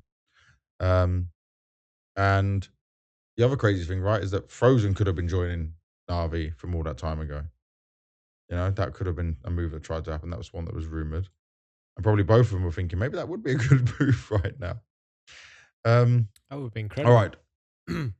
From Navi, let's go to Turkey and Aurora. I'm kind of like, I'm happy with what we saw from them. I'm liking Soulfly. He's very good on the interview, so he's kind of won me over. In this team. I actually think he's a big part of why they look better and more stable. And a big reason why they made playoff in this time around. They obviously, I think they looked better in the Vitality game in a crowd. Probably expected that they would lose to a Vitality, but in terms of didn't pick the Ancient. I think Soulfly for me has great output compared to what his actual roles are in the team. Like, he has pretty, as in how he's being used, right? Yeah, like he has pretty rough roles, and it gives them another set of stability that they didn't have before. In okay, Jota. And let me ask you this then, because people were saying with Jota, right, is that he was like, they were saying with Jota that they don't, he didn't do as they wanted him to do, right? He wasn't the right player for that. So do you feel like that Soulfly is doing it and doing it well to what they wanted? And there's a bigger picture of viewing what he's doing in the game that maybe people are just looking at numbers and not giving enough credit to? Well, I've watched a little bit more Anubis of Aurora than other maps, but for example, him being on that B side, for example, makes Aurora more safe to kind of not over pivot to defend the B side. I think him and Major actually has a great kind of partnership on that side where they get a lot of stuff done. And I think that really, it opens up, like if you feel safety with an anchor or feel safety with that someone can produce compared to someone that feels insecure, kind of always asks for help consistently, and you don't really feel like you will over rotate in situations where you don't even know if there's any indication that they're moving towards that site. It's like you have a weak bomb site, you cheat towards that bomb site and makes your whole kind of rotation system fall apart. And I feel like that is where they found a bit more security on CT sides, where they've just kind of been able to sit and feel more calm and relaxed and not over move on the map. Does that make sense? Okay. Yeah, that makes sense. That makes sense. So they can do their moves and they understand that that's still going to be safe, right? Yeah. It's not going to be the risk taking. It feels like they have a lot more stability. And even if they wouldn't rotate there, they're going to get output. They're going to get the chance to retake because they're not going to get cleanly into the bomb sites. Or the opposition isn't. Yeah. So looking at their run, right? Let me just bring up Aurora's here. So they lose to FUT to start off with. Now, obviously, we've been praising FUT. They almost lost 2-0. Wasn't a good start overall in there. But then they beat Pain, lose to Na'Vi. They go the long route with this. Then they beat Bait and they beat Astralis and they make it through. The Astralis win was very positive. Then the Vitality one we're more praising in a positive light. In Soulfly, what I loved with his exit interview was that he was saying our mentality is still a problem. They have to get a performance coach they can work with. I've said this now 5-6 times. This guy is coming brand new to the team, and he already realizes that we're losing it sometimes. And this, by the way, isn't just playoff games. There's just other games that happen where they like. I'm seeing way too many times, and I don't know where did Zontaras. He probably finished with a good rating, right? Yeah, highest rated player of the team, 1.16. Woxy below him, Arcadia after that, then Soulfly, then Magic. They are trying to pick Zontaras back up sometimes when he has bad maps and bring him back into the game. It does feel like, I'm sorry, Zontaras, but sometimes I watch you play and I think, did you give up? Did you do you start griefing your own team because you're so tilted? Like, did you stop doing the things you're supposed to do? You know? Like, he's so out of it, away from it. And then one moment happens or a good play from him or someone else and he can come back into it and his stats can look good after a while. But I do see and I do notice these bad points. It's sitting in my mind. It's almost rare to see Zontaras celebrate. Yeah, anything. It's like he's like, that was expected, and otherwise it's like, fuck. Yep. Exactly that. It's like, we should get this round. We should do this. And yes, but he is the type of player, and all teams in all eras of Counter-Strike has had teams where they play with a person who might be more difficult and gets a little bit more leniency towards doing negative things just based on how fucking good they are. And Zontaras is probably in that bracket. I don't know, but it looks like he's in that bracket of players where you're like, well, he's going to ace every once in a while, so he can be a little bit of a bitch, you know? Yeah. I will put up with your shit. Yes. Because you will do great things at some point for me. It's the trade-off, you know? And sometimes you have to go for those trade-offs. Sometimes it's allowed. All right, so Aurora's still in a good spot. It's 2 back-to-back playoffs now with Soulfly in arenas. More experience needed for them. Eventually, though, they're going to have to do something more than quarters and semis. It just has to be. Onto FURIA. My, oh my. Great game against Bait. Messy game against FUT. Lost to Falcons. Does beat Parivision in a very tough game. They get some revenge against them, right? The Parivision game was not easy. They won Dust 2 in overtime. Then they lose Inferno in overtime. And they finally win it out in Mirage. MongolZ had a great series overall there. But then we come on to this MongolZ game. This was horrendous. This game was like, first of all, the Mirage. Obviously, it's a MongolZ pick. FURIA's Mirage just started to look better. They made these position changes between Yuri and Fallen. Things were going on the up. And they get 9-3'd on the first half. Now, CobraZero was doming. He had a 2.10 rating. So it is a fucking solid game from him. 9-10's like basically 9-10 and CobraZero with 2.0 and 2.1 ratings. So then we come on to Dust 2. 9-3 first half from MongolZ again. Back-to-back 9-3 first halves. But FURIA claw it back. I will say MongolZ's Dust 2 is arse. Like, once they get onto the T side, they're the easiest team to beat. I mean, I think the veto was good from FURIA. Yeah, that's fine. I'm not complaining about the veto. We come on to Nuke, a 9-3 half again. How do we have them starting 9-3 on all 3 maps in deficit as FURIA? That's a wild scenario. It is a wild scenario, and bro, getting destroyed and then trying to come back each game. There's only so much you can do it, you know. There's only so much you can take from it. They fell into the same trap as Navi, you know. Their nuke sucks. Their nuke sucks. And mate, MongolZ are just fighting and running at you, and they're so explosive and they're so fast. Some of these games are just going quick, and it's like it is one of those things where the Mongols, where you know they have that factor of Virtus.Pro, BNE, or you know these teams where they put so much aggression and pressure on you that you never really get a chance to breathe. And you just need to consistently find solutions, and they're being aggressive everywhere. And at some point, it's just about I have to win my duel this time, you know, and they just can't win it.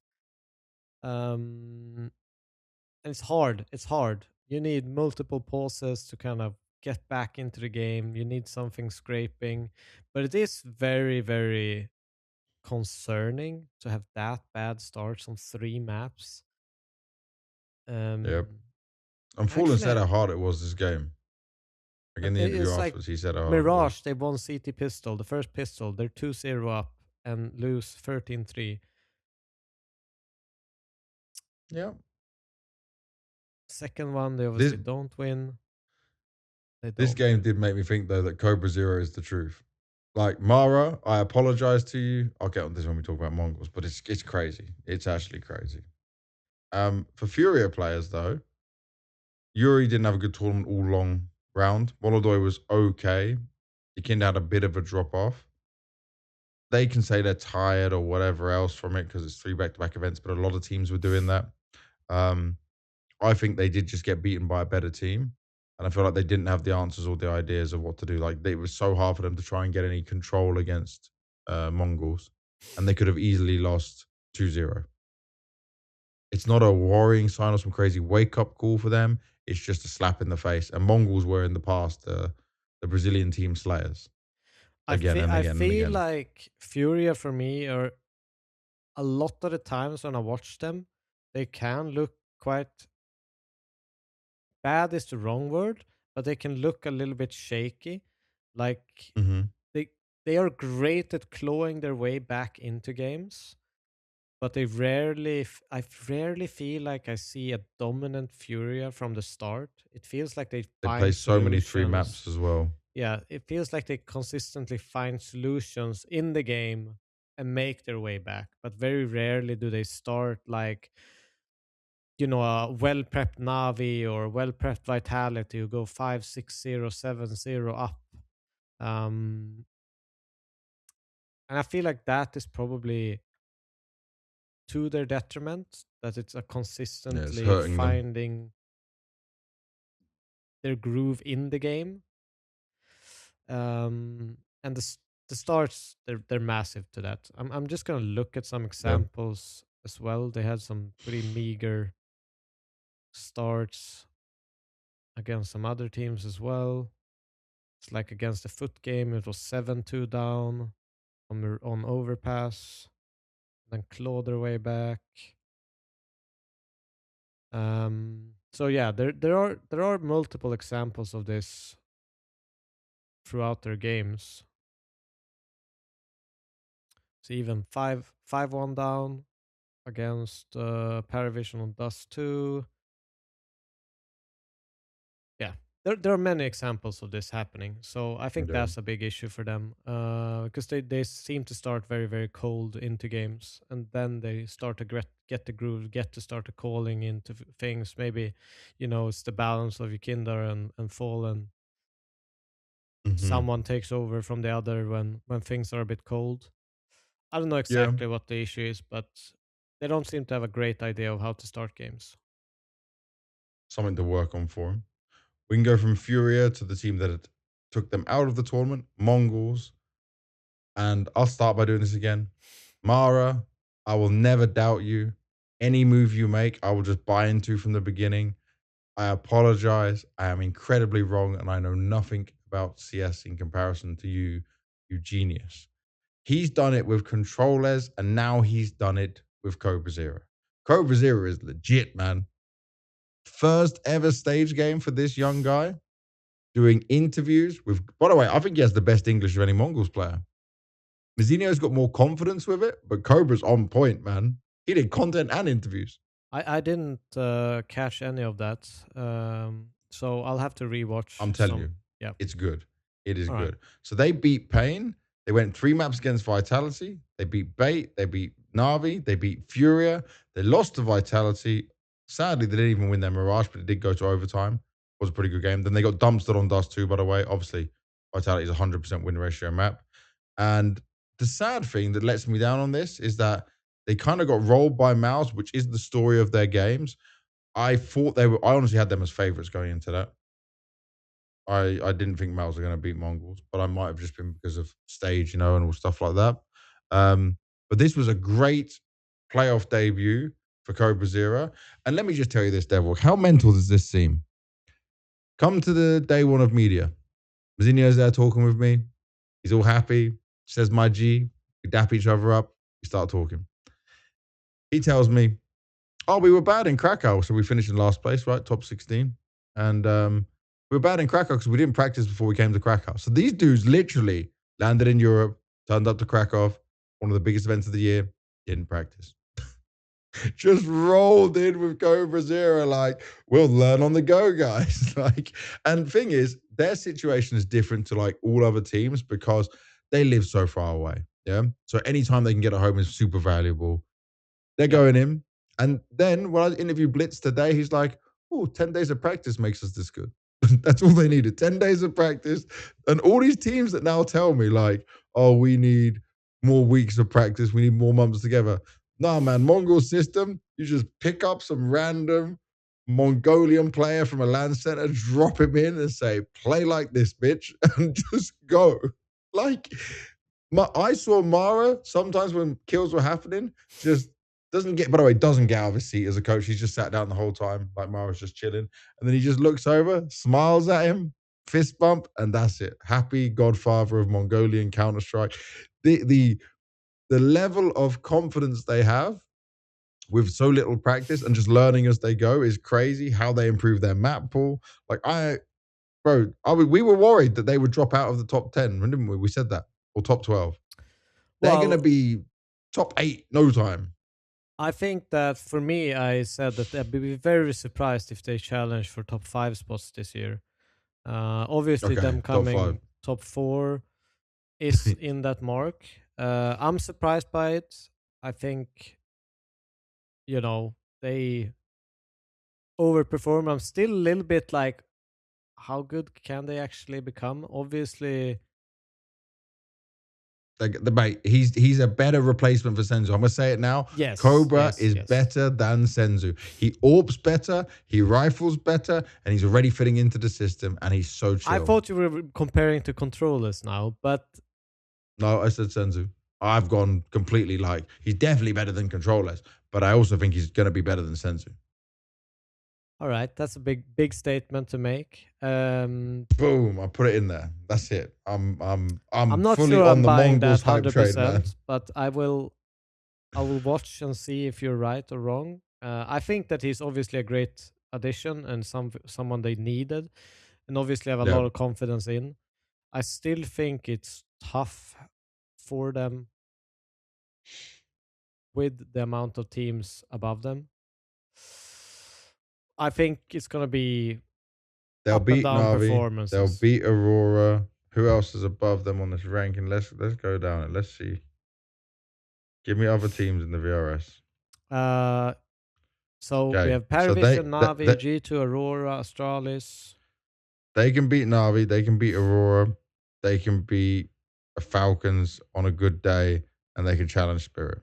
I think they will be like number 6 or 7. But I don't think they will reach above that. I'm not going to give a quote on where they might reach above. I'm just going to say they're going to be better with this team than what we've ever seen in Mongols before. Then they're going to be number 1. I'm not talking about rankings. I mean, just like in the ability to potentially win trophies and do well. Okay. You know, that EWC trophy, they had second place at Austin, for example. These kind of runs can happen again. All right. I'm sold. I may be cooked, but I'm sold. Also, it was so good. There were so many Mongolian people in the crowd. By the way, Mongolian people live everywhere. Yeah, but it was the crazy. Drums, dude. So they. By the way, I'll love this. There were so many non-Mongolian people who became Mongolian, and the Mongolian crowd just kept accepting more of these, like, it's like the Mongolian horde or something. Yeah, they're called the Horde, and it's great because if you think of the history of Mongolia and the fact that we're in Europe, and you think of we're in Europe and they're just taking these other people to put the mask on and enjoy. So obviously there was a lot of Mongolian people living in Europe. Clearly living all now, over the world. The only people that can save us are the Poles. Look at this, right? There's so many fans that love the Mongols that the crowd just kept getting bigger. So there's a Horde started as like a group who had a bus, who are Mongolian people, all from Europe. Yeah? Yeah. So they speak Mongolian, are Mongolian, blah, blah, blah. And then they just kept bringing in other Mongolian fans from wherever they could. Like, if you're a fan of the Mongols, join. And they just grew. There was one guy in a full Kazakh shapan, and he even said to me when I was doing the film and the interview with the Horde, he's like, "Oh, I'm here from Moldova." I said, "Yeah, I know the outfit. I wore this in Astana." And he's like, "But I'm still here cheering for the Mongols." Like, he's just jumping straight onto it, man. It's even their fan group is lovable. This is great. Like, I'm so happy for them. It is easily the easiest team to cheer for. Easily. Yeah. It is. I cheer for them every time I watch them. And even though I think they will struggle, I still cheer for them. I love watching them. I think they're so, like, it's weird, but weird to say it in a way, like, it's one of the most charismatic Asian teams I've ever seen, you know? I get what you're saying. But it's a Mazzinho is carrying that. Mazzinho is carrying that on his shoulders entirely, and Cobra now can help him, but no one else has the charisma. Like Blitz, but Blitz do has the interviews. A different. He's like ice cold. Yeah. I like his ice coldness. When I saw Mara smiling, I was like, "This is a crazy day. This is a Mara smiling away, enjoying himself with it all." And you know what? The thing I see more and more with this is that the Mongols right now, the only bad thing I have against them is I need the truth on Senzu. Because now you've sold him, I'm calling bullshit on everything else. Like, they might be trying to protect him, or they don't. Maybe it's a cultural thing. But like, even Mongolian sources I talk to can't give me the full truth of what's going on. But I don't believe he was burnt out. There's something else happened, guys, because you don't come back and join an international team where you say you're going to AWP on a rifle, and now you're going to be not AWPing and playing for a team where you speak in English and your English isn't that good. Like, it's very messy. There's some bullshit. There's definitely some bullshit I'm smelling right now. I mean, they're not saying anything, by the way. They're all tight-lipped. They are all like, this is the story. This is what's happening. Nothing else. I don't know about the burnout either. I've been burnt out, and for me, it has taken longer than that period of time to come back. Yeah. Something happened. Something has to have happened, because it make sense otherwise, you know? Like, I would love if Mara just came out and said, he did this, this, and this. We don't accept it, or I don't accept it. Because if it's Mara doing that, we'd all be like, this makes perfect sense. Mara, like, he ain't taking no bullshit. Cool. I'm not saying this is a thing, but I mean, just give me that. But it's the way this has all happened. The tweets from Senzu, deleting your Twitter, deleting your Instagram, coming back on, joining an international team. It's a lot of craziness. And we might never ever find out the truth, because they've all obviously just, and that's it. We're out of it. We're completely out of it. All right. Because we still got a few more teams to go through, mate. I was about to say something terrible. No. Don't. That's it. Done. We're moving on. Mouse. Boy, oh boy. I'm sure everyone's seen the clips. They've seen the moments. I'll tell you this to start off with before even looking at the games. When I saw Mouse for the opening interview on Media Day, I had Torji sit down with me. And the way he was answering the interviews, the way he was talking, I said, oh, I see a little bit of difference in you. And he says, I'm going to be more fired up. Yeah. They're fed up of losing. And like, it was different than when I'd normally done an interview with him. I hadn't heard this come out from him. Yeah. And I thought, okay, they're obviously fed up of losing like they did to Vitality and Spirit in Krakow about the no aura. Remember, he wasn't happy with people saying aura. With like, how do I put it? With like being the exit at semifinals, not being good enough to challenge for trophies, just kind of being in this position. Yeah. So I knew he was going to come with more fire. I didn't expect him to come with fire on a stage like that. He did hit a new level that was crazy. And I did say to him, I respect it. Like, I like the new Torji I'm getting. Yeah. But I didn't know there's some like national context here because I wasn't understanding the whole relationship between Romania and Hungary. And then on top of that, you played Na'Vi. But then he told the crowd to fuck off, which isn't very Torji. Yeah. And boo us more. So you really egged them on. And yeah, it was kind of crazy. And like, I read this HLTV interview, yeah, and HLTV asked him, they said, after your interview, after beating Na'Vi, it was pretty clear in the match against Parivision how the crowd responded. What did you think about playing the semifinals after that? I was expecting a little bit. It distracted me, to be honest. On Dust 2 especially, I felt it a lot. It got to me. I'll be honest, it got to me, which is fine. I will learn from it. I think it was also justifiable a little bit. Maybe I was not in the best head place to go for interview, I would say, which I take responsibility for, of course. Maybe I made a mistake. And maybe I put my team not in the best position for the crowd to play the semifinals. To be honest, it got to me. It was annoying. Yes, it was annoying. I knew that every time the camera was on me, I heard boos, and it was tough to focus on. On Dust 2, it was hard to focus. I had a really good start, but after that, I was making some mistakes, and it got in my head.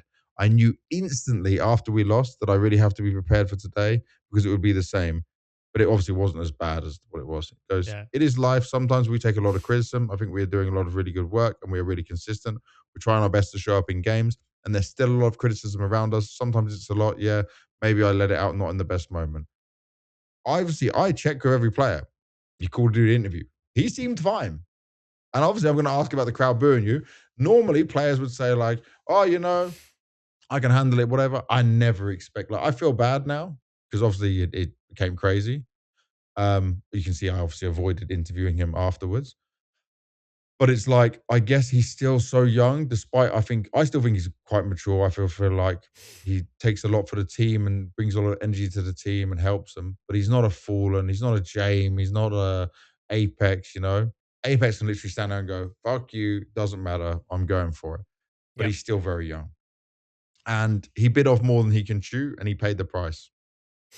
Yeah, that's very well said. I mean, so many people have been memeing him and writing like a lot of comments like bro folded after one day kind of thing. Tried to be the villain but couldn't take it.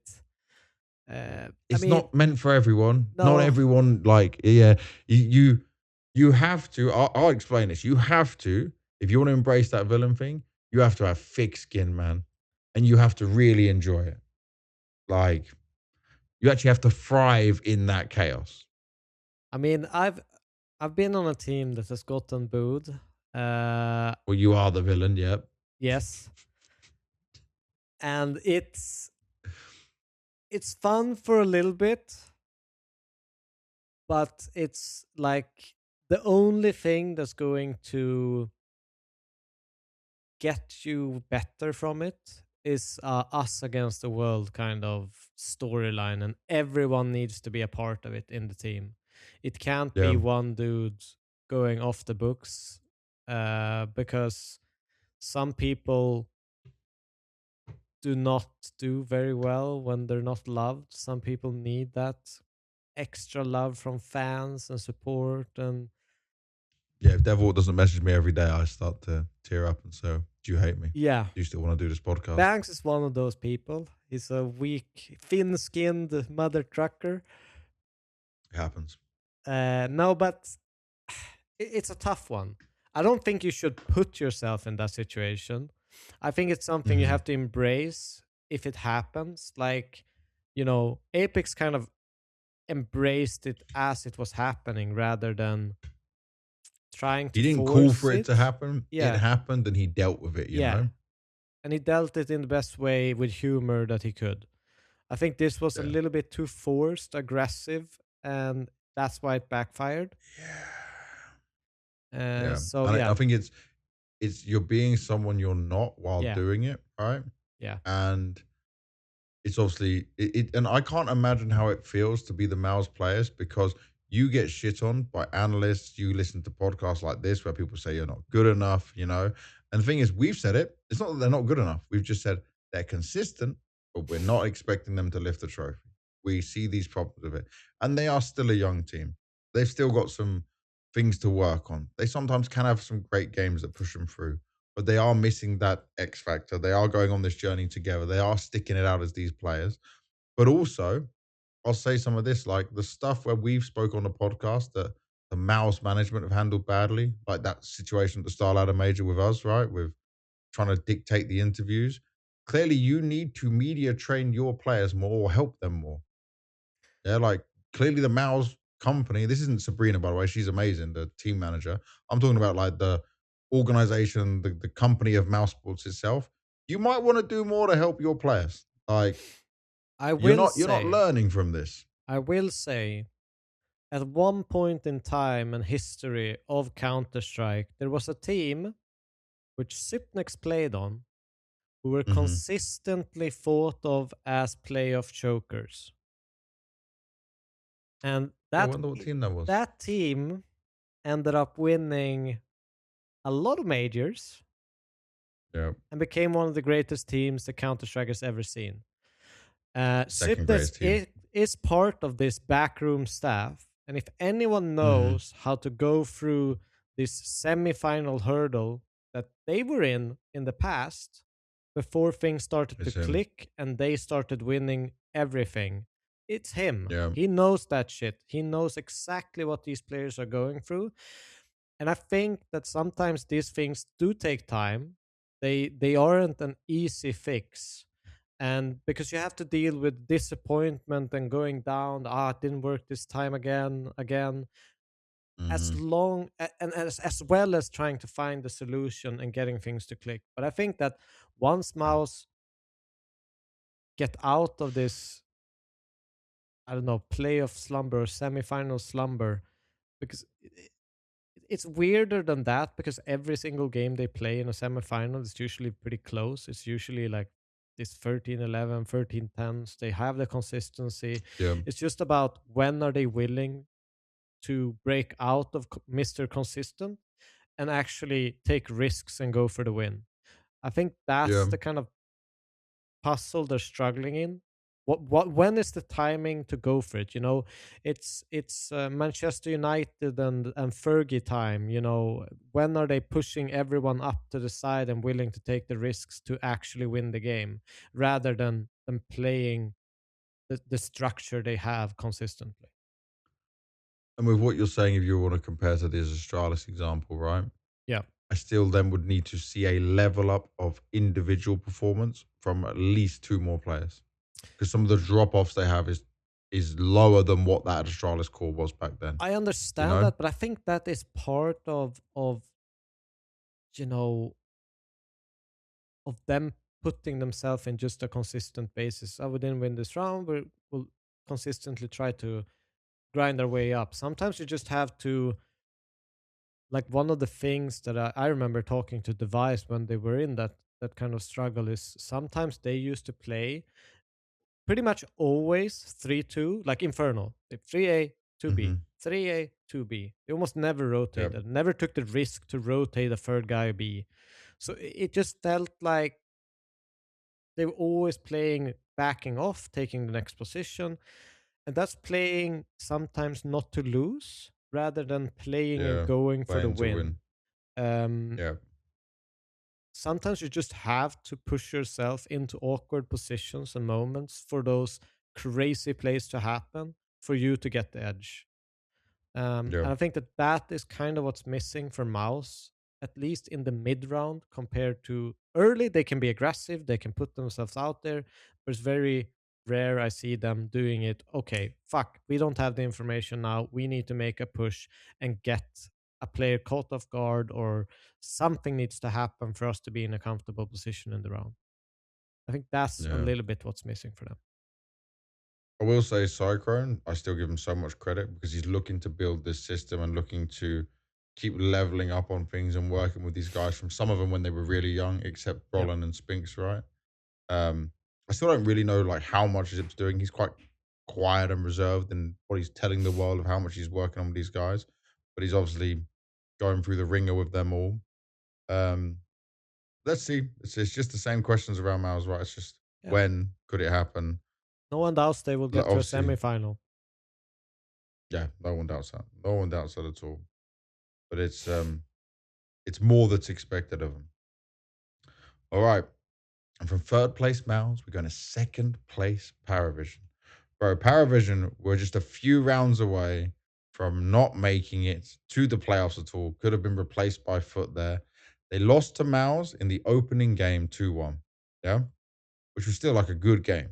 Yeah. They got their Dust 2 in there, but then on Inferno, wasn't good enough. Overpass, they were outplayed. The teamwork was really strong from Mouse. They beat G2, they beat FaZe. They lose to FURIA. They beat Foot. That crazy close game.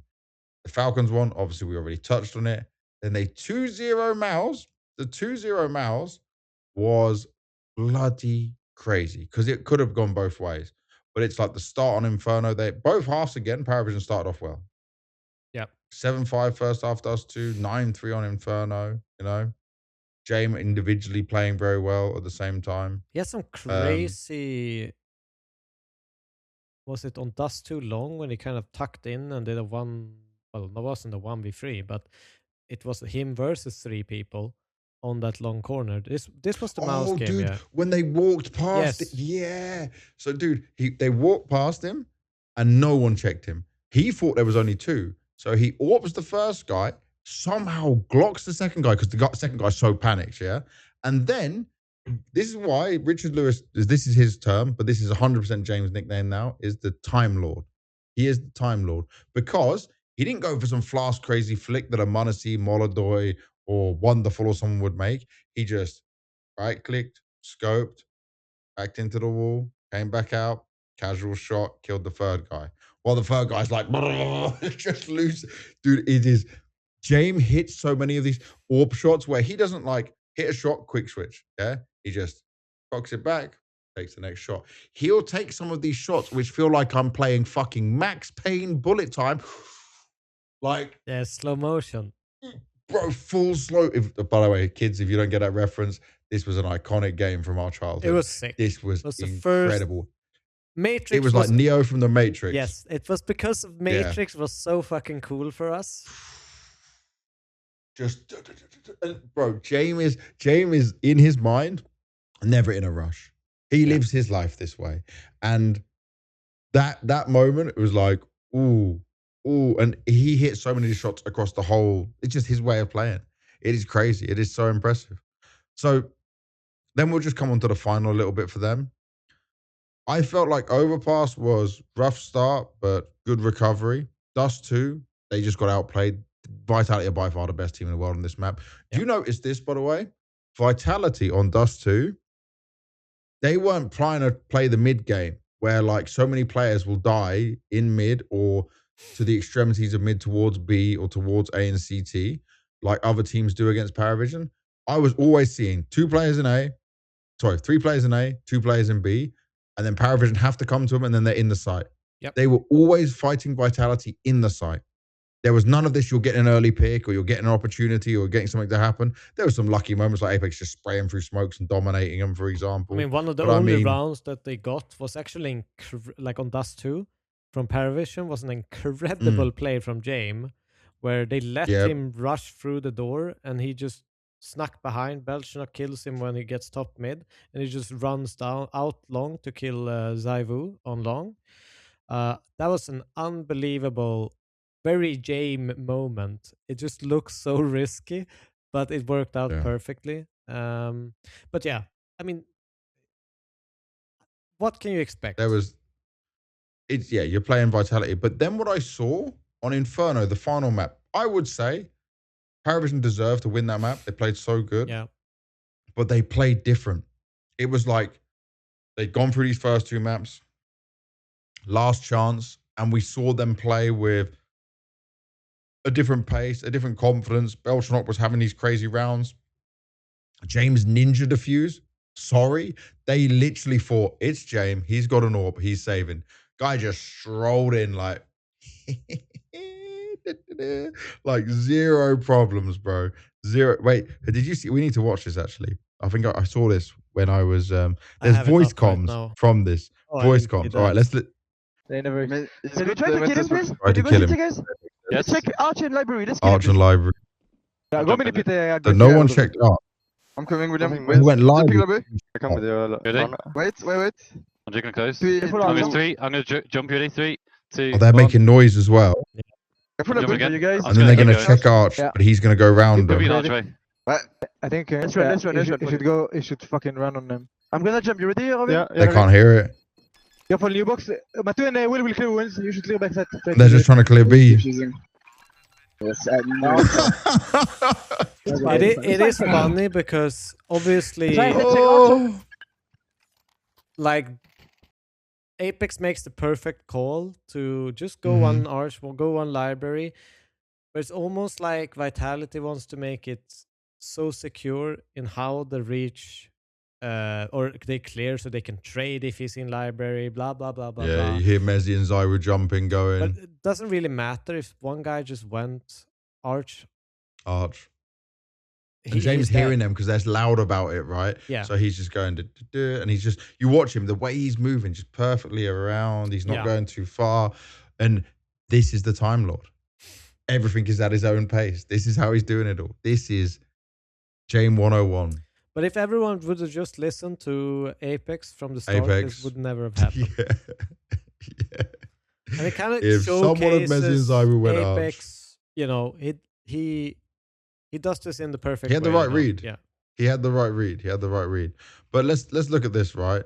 No one particularly stood out and performed well. I'd say Beltranok had a couple of good moments. ZywOo as well. Jame, we already talked about. I went to their room after they'd lost, yeah? And I just said to them, you beat Falcons, FURIA, Mouse, like you beat Spirit and Bounty as well. You beat all the top dogs.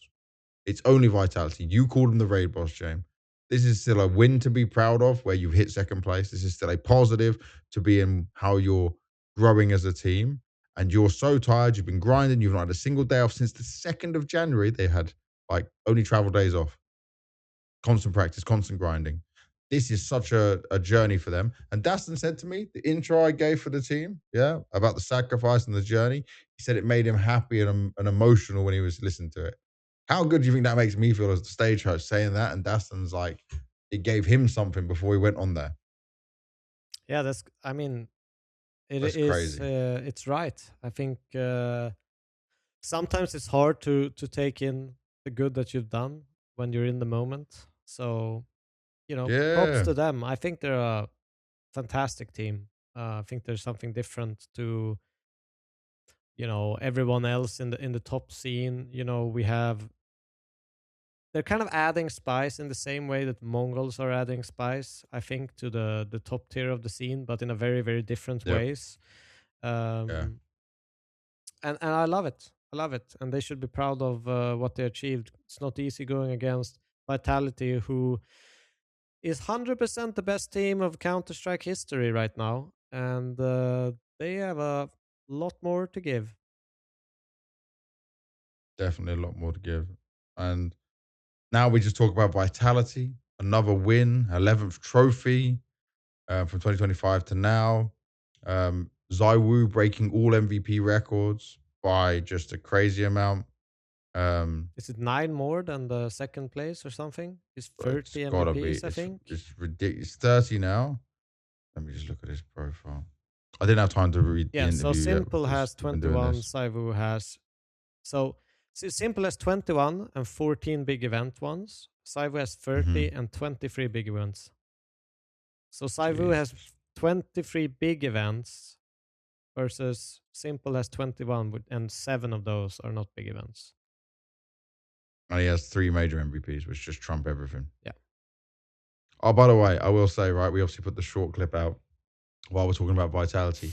All these motherfuckers who came on the last episode of the podcast, oh, Banks, oh, hypocrite, oh, this, blah, blah, blah. Guess what? I wasn't just right. Apex confirmed it. I will gloat on this little bit all I want at you morons, I will call you within this, because they said, no, Banks, ZywOo always has these amazing grand finals. He always plays like this. Like, what are you watching? Apex has been with him his entire career since he played in Tier 1, has seen everything this guy's done, and said he's never played anything like he played in that Krakow. Because that's the ZywOo we were looking for. We knew it was possible. We heard it was possible. And guess what? We said it here on the podcast. But you said we were wrong. So then we put up a short that's literally Apex saying it on interview to me that this was the best he'd ever seen of ZywOo. And guess what? I think if we get more of that ZywOo, he's going to be just undeniable, unbeatable. It's a whole other level. He didn't have a particularly great grand final this event, but they still won in the way they did. And just let's look at Vitality's run here, mate. 2-1 G2, 2-1 MongolZ. Remember, Rops had a fever. I was talking to him, by the way, when they won. He had a fever of 39. It did look a little bit weird on the cameras. Bro, he had serious, like, there was a real chance he didn't come to this event. That they're not overdoing this. It's obviously they'll probably release it on their, like, video logs or whatever. Yeah. I'm not going to say what Rob's told me, but it was serious. I'm telling you now, this is not a joke. He was seriously ill. He still decided to come and play with the team. So then he starts to feel better and get better. He goes 2-0 against Mouse, 2-0 against Aurora, 2-0 against MongolZ, 3-0 against Parivision. So from playoffs, or from the from the 3-0 point onwards, they didn't drop a map. They didn't drop a map. And on top of that, Rob said to me, he's like, I kind of want to, like, they've got a 10-day break now, right? Because they played 3 events back to back. They're not going EPL. They give them some time off. Rob's told me he wanted to play more. He's like, I wanted to do better. I wanted to grind more. And he still ended the tournament. Like, let's look at the ratings here. So he still ended the tournament on a 1.10 rating. Flamesy, 1.29, second best event of his entire career. Tied, by the way, for a 1.29 back in 2024 Blast finals. Yep. This guy, his confidence, I spoke to him about it, is just next level. He's very humble. He was very humble on the interview, but he's beastly. Ridiculous. I mean, even if you look at Messi, who had a poor showing in the grand final, he had some moments where, like on the Dust 2, where he like just completely solo held the bomb site, and did he ace? Yeah, the 4K. Or 4K. They took his ace away from him. Oh yeah. But either way, like they all have these ridiculous moments, like where they rotate in and just make almost a lost round 1 from very, very little. And they all have that capability. Even Apex has those moments. Yeah. So it's an unbelievable team to play against. Unbelievable team to watch. And as the desk pointed out, it's history in the making. Just enjoy it while it lasts, because when they're gone, we're going to miss them. Right? We all agreed that there's no way Astralis' era compares to this. This is already better. No, we obviously don't know when it's going to end, but this, like, to say that, because there are still I understand it. Some people are mega fans, right? If I probably wasn't a talent, I'd be such a mega fan of like 2021 Na'Vi. I'd be saying like, yeah, they're so amazing, you know? But some people got to be less delusional, because like I think now just trumps it. I think that the difference is that I think that Astralis changed Counter-Strike more, while this is just the better team. Does that make sense? Like the way that Astralis played has influenced people more comparably. But that was just because they shifted the meta, right? They were ahead of it all. Yeah. And this isn't about a meta shift. This is about... No, that's what I'm saying. But I think that people kind of group this up into one ball, whilst... Okay. I don't agree with that. I think there are two different kind of sets of arguments. It's also just... You can be a meta team and be top 5 in the world. You can break the meta. You can do something correct, and then a better team does it for you. What is most impressive for me is how this team manages synergy, playing off each other, have this ability to pick players up when they're down, Rops being sick and delivering, yeah? The support staff behind them, Jack, Matt, like Extaz there, like what they are doing in how they go through things as a unit, I don't think there's another team in comparison to it. I think They have their little things with each other, how they... Very noticeable when you hear their team comms in certain rounds, when there's chaos, like how they're flashing, they're all reacting to the communication and knows when to peak, how they fill the spots.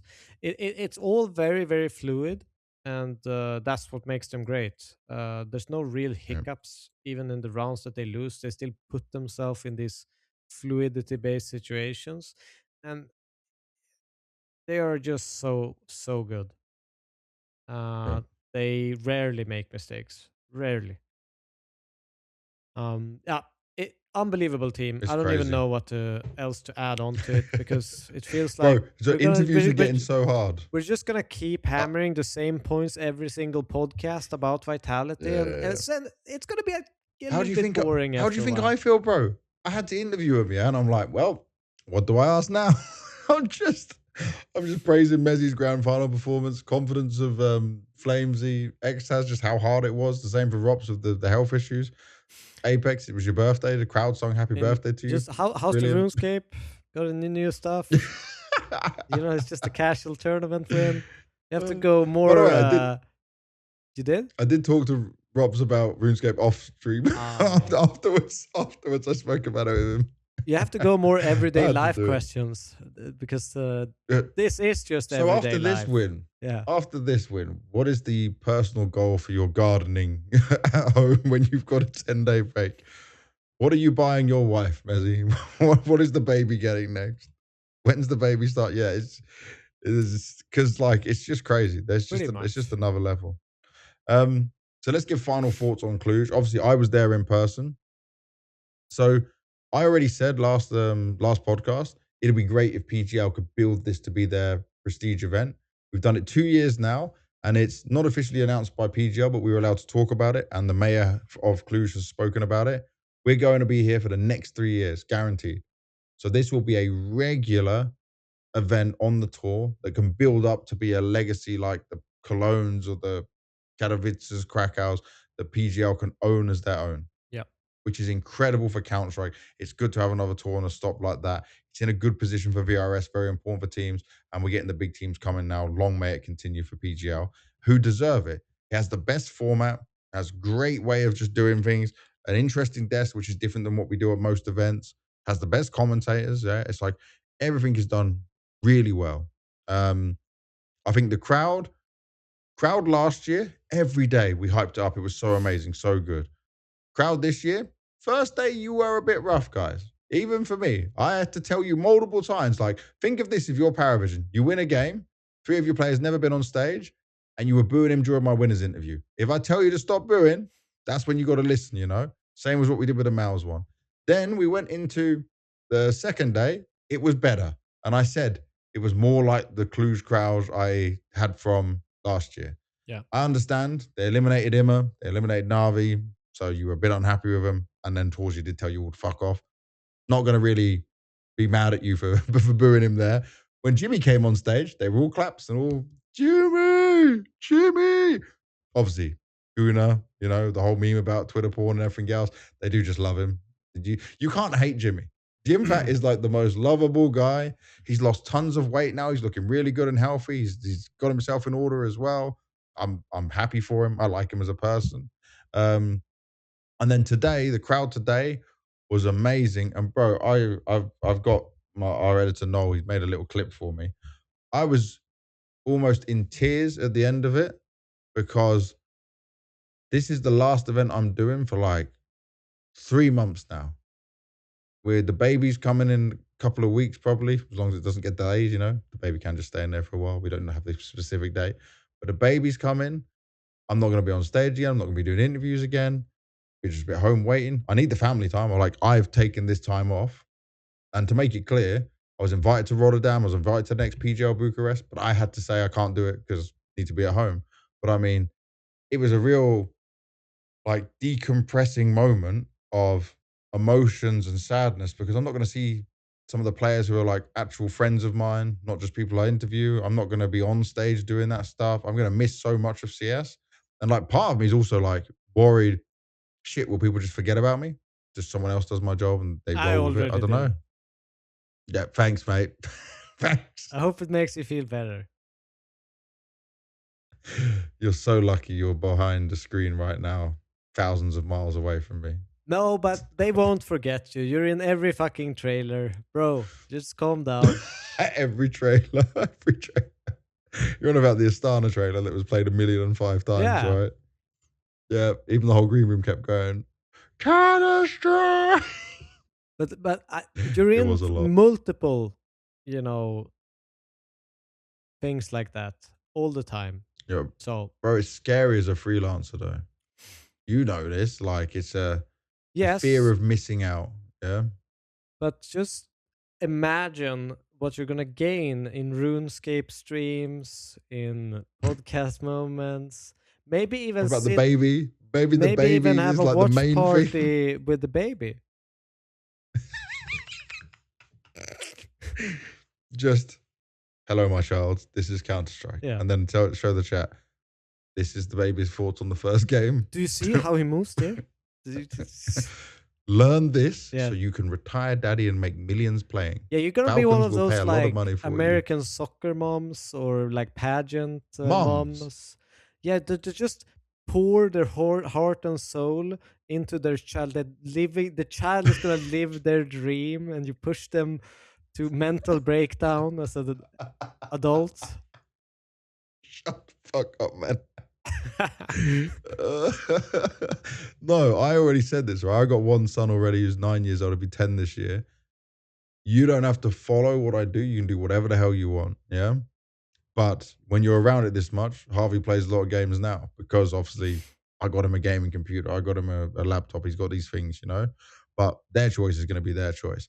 The dream, like, if you're going to ask me directly, would be, yeah, he goes off to become one of the best Counter-Strike players in the world. He can speak Ukrainian, he can speak English, it'd be perfect, it'd be amazing. But I mean, if he turns around and he's like, Dad, I want to paint, or I don't know, what's it? Art. I want to be an artist. I said, paint. You want to paint? Just paint. But he goes, Dad, I want to be an artist. I'm going to have to just lump it, right, and take it because the way you said that was like someone from special ed's class. I want to paint. I like trades. Yeah, I like turtles. But you know what I mean, though, right? Like, yeah. You're gonna, if you try and twist them into like your way or go somewhere, it's gonna. I know it's a terrible idea. I'm just proposing terrible ideas for you. This is why you are not a father. Yeah, let's see how you deal with it when it comes eventually. Oh, mate, but no, it's a weird. I felt before, right? The only places I felt like teared up at the end of events is like a major. When it's like all your energy and everything's gone. I feel like my stage posting for the actual grand final was good. I wasn't too happy with my third place decider, but when I just ended it, I was so happy and then just emotional because it's like, it's that fear of this time off. But we'll do the podcast. We'll do the things on there. Baby's coming. Do you have like a date or anything that, okay, this is when supposed to be the 9th of March? Oh, no, I thought you meant the baby. Oh, no, no. I'm talking about like, is there like, oh, you can book me from this man forward. I've told TOs that like for the major I'll definitely be back, and I'm hoping a little bit before that as well. I'm hoping I should do one event before the major, maybe 2 events before the major, depending on what I'm invited to, right? Yep. So as we know at the moment, I was invited to Fort Worth in Texas. I was invited to PGL Bucharest, and I was invited to Blast Rotterdam. Yeah, so Blast Rivals in Fort Worth, Blast Rotterdam, and PGL Bucharest. I had to say no to all 3. I wasn't invited to ESL Pro League. I wasn't invited to Rio. I wasn't invited to Atlanta. So far, I wasn't invited to Cologne. I guess I'm going to be at Astana, but it's not confirmed. I'm hoping because obviously I'm on about 1 million videos of that thing. I don't want to wear that cool outfit again to Japan. But like, I don't know what's going to happen to baby. So it's really hard for me when I'm talking to organizers to be like, yeah, I'm definitely want to be back here. But my goal is like May, I'm active. May is to be active. But I are we got a watching all the weird Counter-Strike? We'll be doing the question after podcast. this. That is so. Okay, why not? It just popped up in my head. This is going to Do be you think terrible. your I child can is going to imagine. have a Ukrainian English accent or a British accent? It's definitely going to have a British accent. Even Lily's getting a British accent. Even my wife's getting a British accent. So, yeah, it's not I'm not worried about that. Mate, when you've got this voice and this accent, the baby's definitely going to be like that. We're going to do this What thing, if the though, baby where chooses the parents... like, no, I want this English?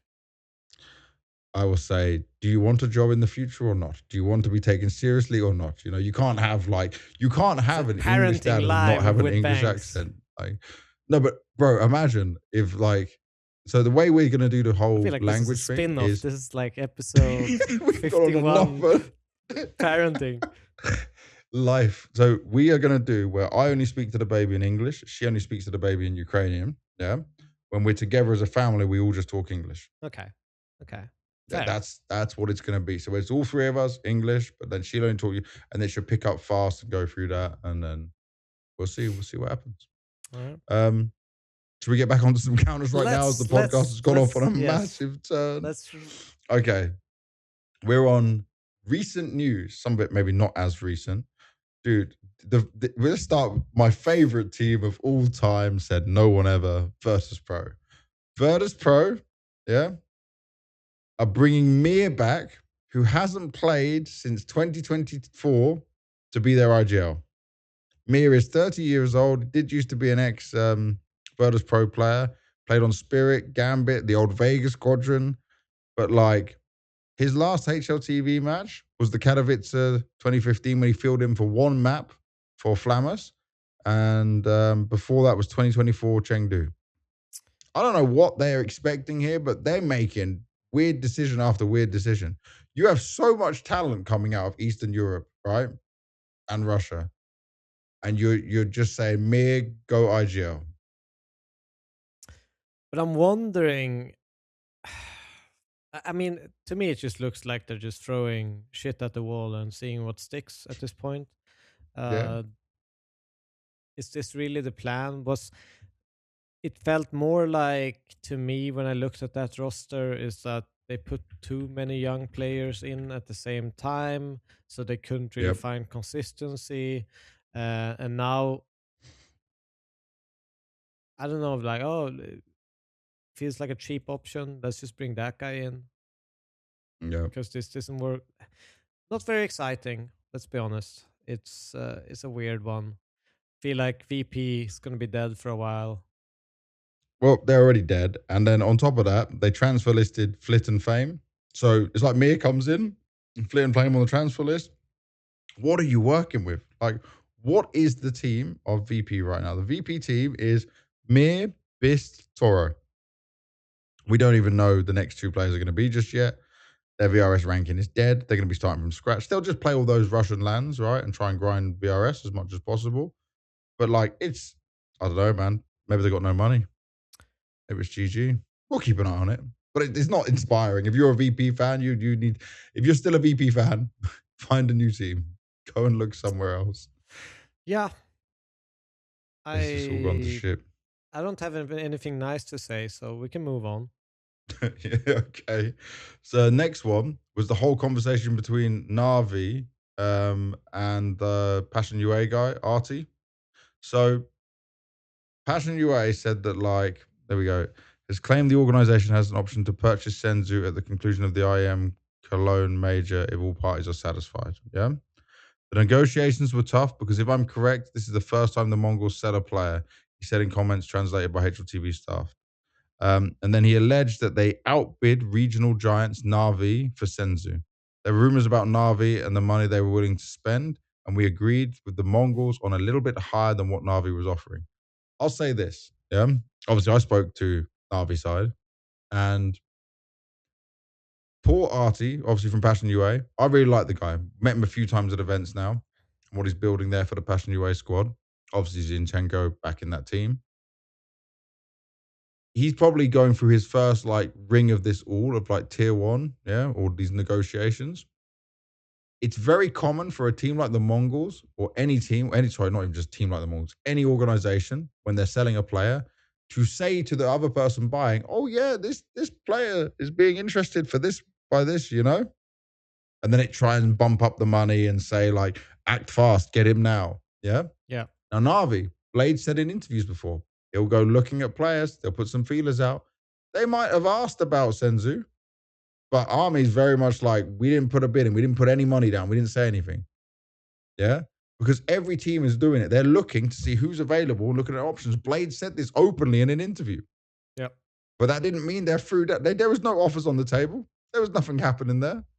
It's wild. And I think he got baited. The way I look at this is he just got baited and paid maybe over the price for Senzu, potentially.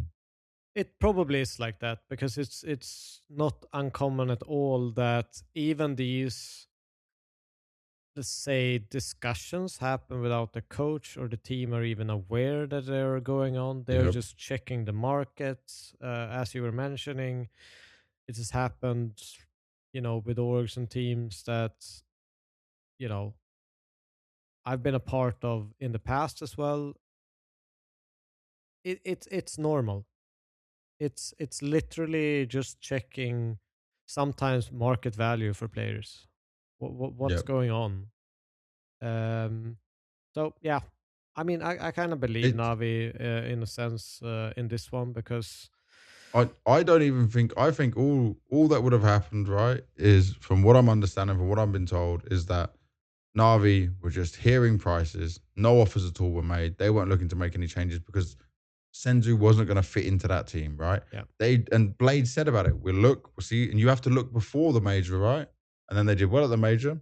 Blade spoke about it on HLTV. And if you're an organization selling team players, you're always going to come out and be like, yeah, this team's interested, you know? That's where, by the way, if you're a CEO of a team it's such a or someone making these moves, small you line need to talk. Because yeah, but you need to talk. To have a conversation, you have to say, yeah, we might have some interest, you know? Why others would you? Of course, there's been interest, but it all depends on but what kind of investment. You need to think about this. MongolZ is still a new organization, so they're probably on some different way. Passion's a new organization. Navi's looking at this and going, well, this never happened. Like, what are you guys talking about? Why is our names being mentioned, you know?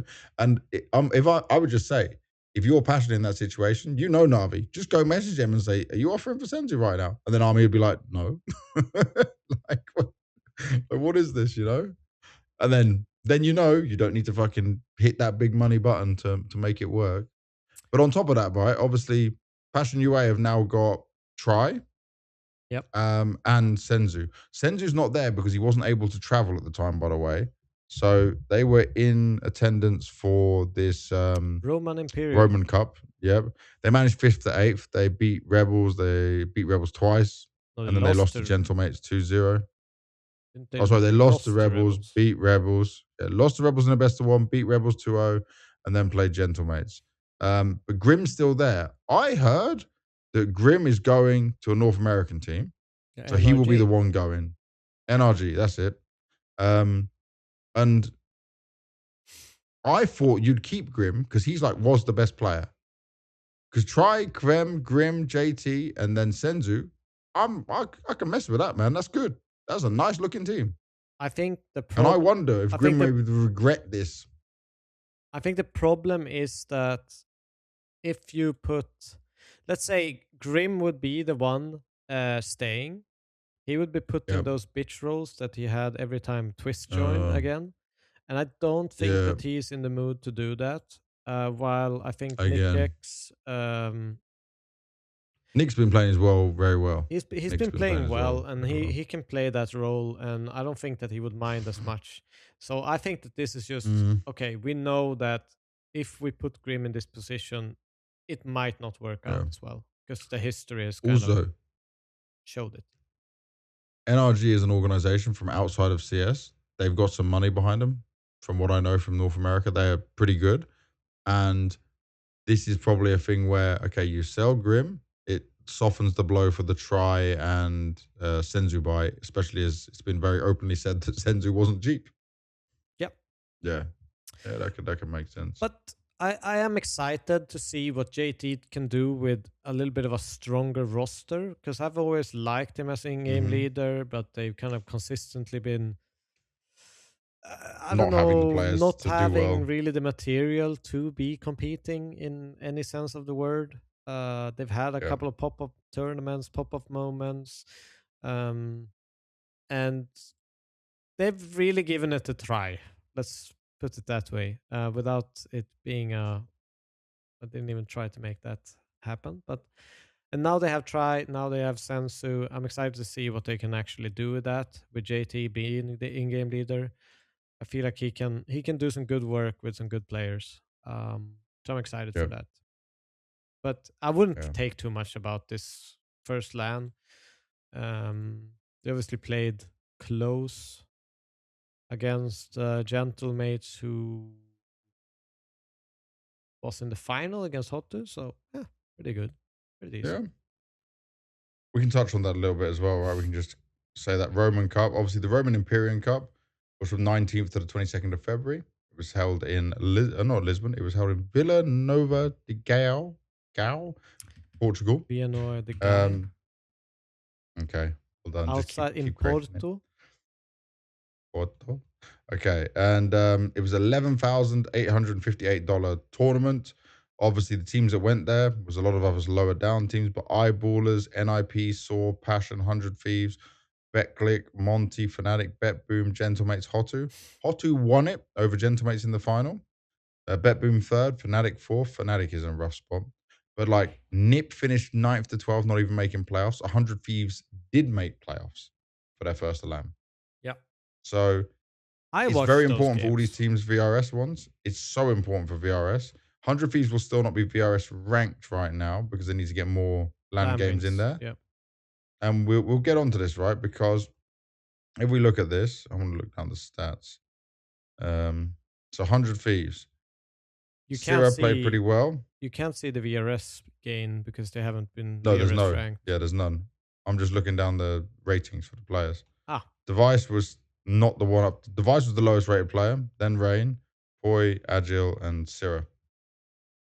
I'll tell you the storyline of this 100 Thieves in this tournament. I watched the opening game. I was actually like, I'm going to watch this, even though there are other games going on in a bigger tournament. I said, I'm going to watch this one. I put it on. It was probably one of the worst debuts I've seen from a team. I thought you were going to be positive. No, the first game was horrendous. It was 13-2.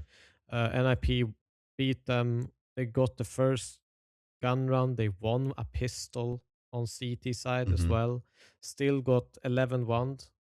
And then one pistol, got ecoed, lost the game. I think I saw like a very stale 100 Thieves. What I can kind of determine that it was LAN jitters, They were just going through the motions. They ran the strats. They weren't really resisting. They weren't really going out of their way. When things happened, they just continued on and got wrecked. The individuals looked scared. They looked off sync. It seems like they weren't really catching each other's communication. So I think that was a big part of it.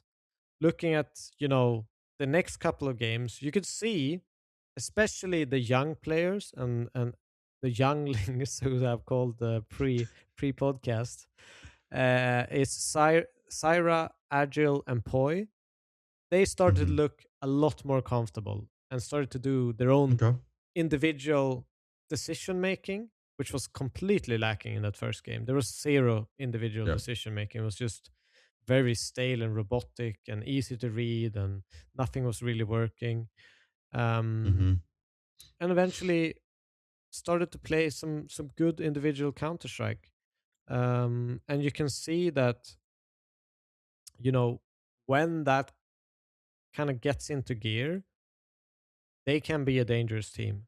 They have the individual skill on these players. And I'm mostly talking about the three younglings, as I've determined they will be called forever.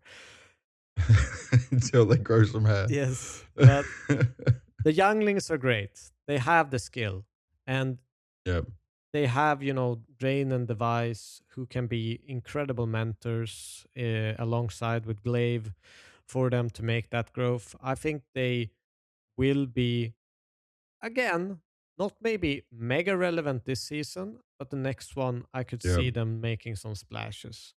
Well, it seems like Messios was very clear on that this is like the long-term route they want to go. Yeah. So they're not looking at this major. Maybe if they're really lucky, they'll look at the next major. But this is Glaive as a brand new coach, never done it before. Rain as a brand new IGL, never done it before. Learning the ropes together with some young players alongside of them. Yeah. They beat Bestia 2-0. They beat NIP and eliminated NIP from the tournament 2-1. And NIP, in terms of VRS right now, is 29th in the world. Obviously fallen down a little bit. And then they lost to BetBoom 2-1. They now only need one more LAN game to be rated on VRS. And their next is going to Draculan on the 24th, so in a couple of days' time. And that's obviously here in Romania. And they're playing a team called Mana from Kosovo. So some of the Kosovo boys, and there's Senaries in there, mate. Senaries team. Yeah. Oh. And they're ranked 86 in the world right now. It's a best of one LAN opening game. So they're going to get the matches they need. There's some pretty good teams at this Draculan. Heroic, FlyQuest, Ents, not really. 100 Thieves, obviously, we were talking about. Not really anyone else to wow to look at. But this Draculan is $15,000 prize pool, 24 teams, all LAN matches again. Another opportunity for jumping up and getting points. Interesting, though, like Heroic needs to go there, right? Because they're bleeding points because it's a youngster thing. They need to do well. And FlyQuest also needs to do really well and get some experience of story.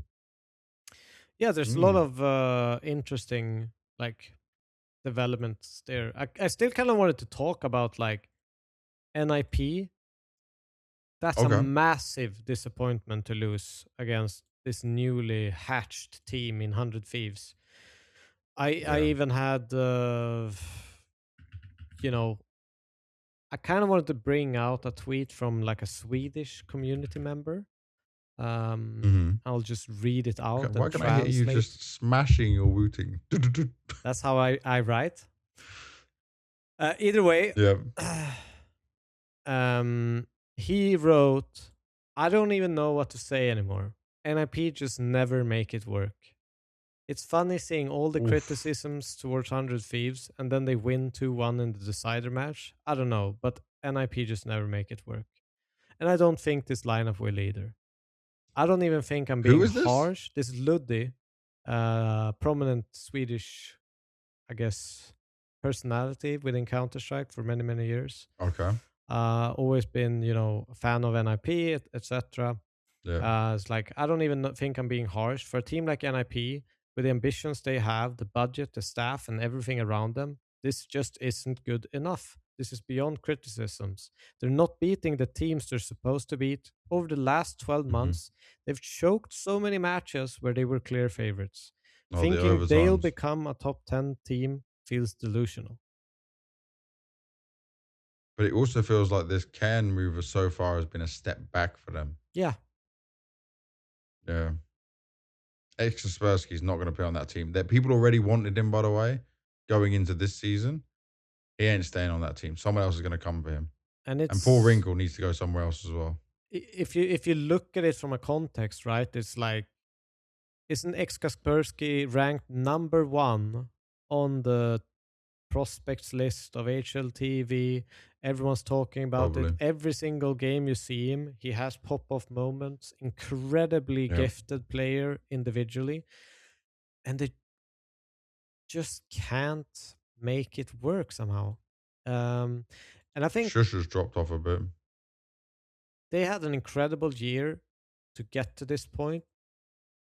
NIP, with the kind of previous lineup and what they've gone through. But now that they're here, there's been many tournaments where I'm thinking, oh, NIP, I think they're going to smash it this tournament. And they have this rocky performance. Start back a star ladder.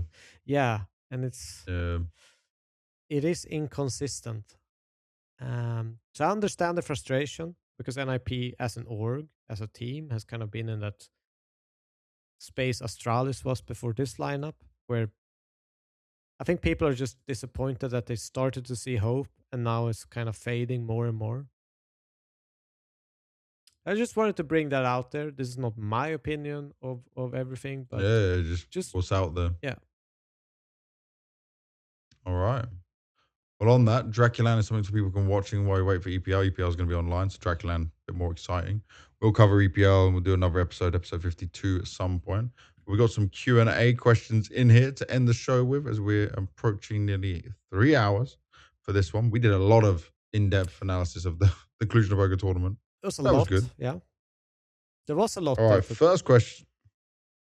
Yeah, there definitely was. First question. Miss a Lion.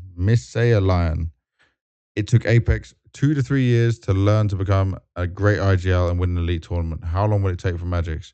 You would think it took less time for Brolin until you check their T-side win rate. I also don't see Magixx help with the vibes that much, especially when Spirit was losing. I would say it took Apex like 2 years. I don't rate the IGL being great by just winning the tournaments. I also think like the way they would work with the team, the ideas they come up with, how they look at situations, what they're learning from the development, because obviously some teams never win tournaments. For how long it needs to take for Magixx, you got to remember Magixx is following Halley's system and then having to implement it and then focus on the mid rounds off the back of that.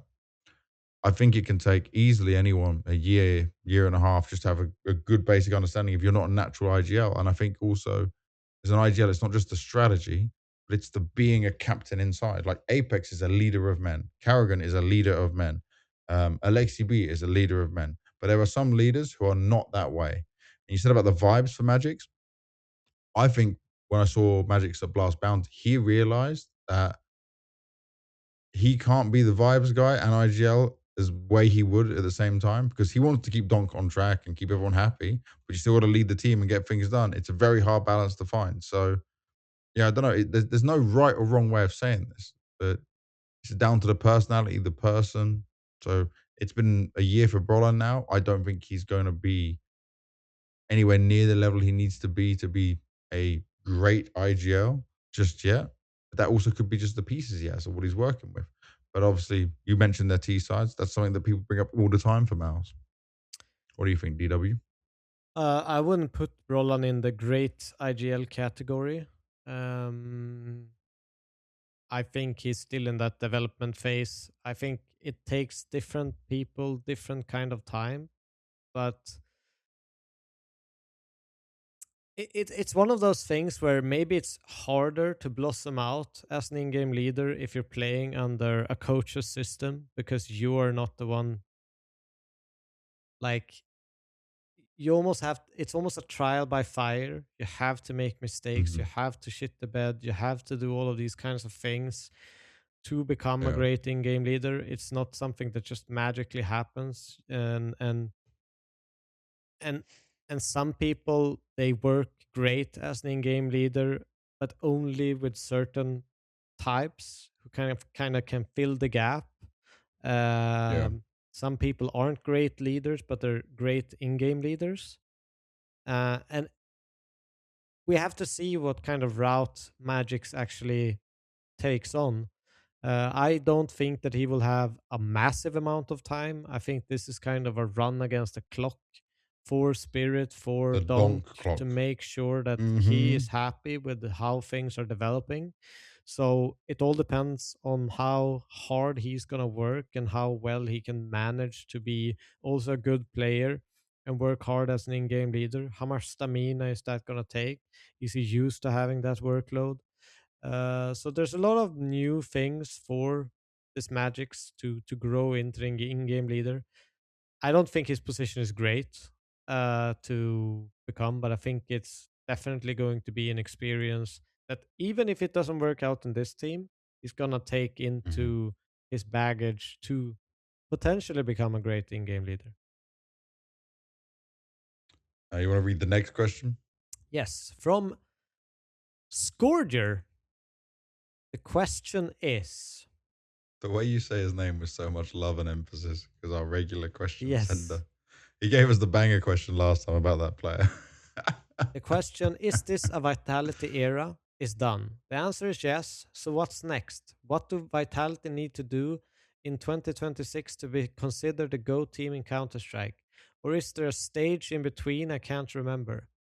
No, they are the GOAT team of They are Counter-Strike. the I think GO it's clear. team. It's clear. I think now it's about moving the goalpost to how much better and how much clearer and how much further ahead are this Vitality compared to Astralis. It's about breaking the already broken records at this point.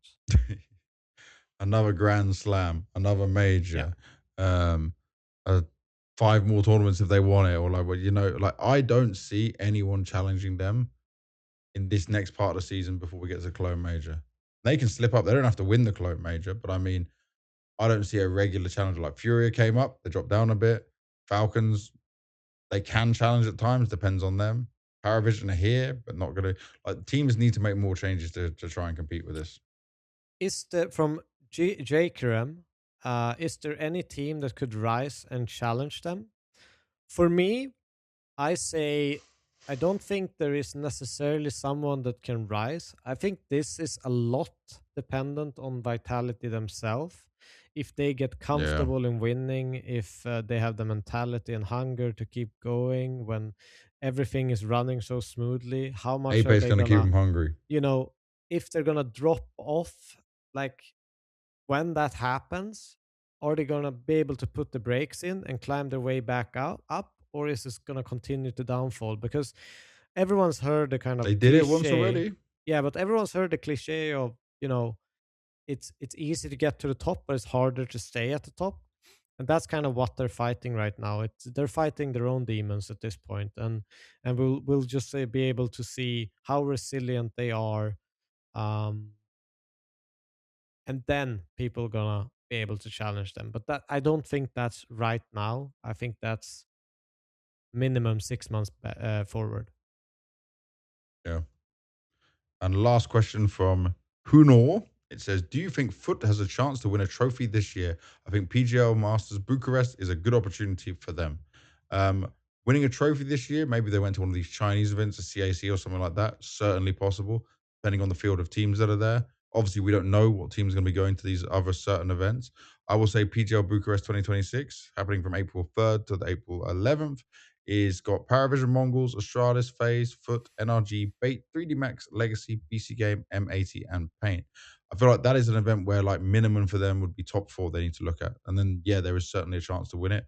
I'm really hyped on these guys. And I think like they're just going to make constant climbs forward, progress forward. It's also a studio environment, which can be like part of that learning experience for the whole team. Yeah, I think they are dangerous and they can beat any team in the world right now. But maybe I think it's a bit too early for them to be hunting trophies.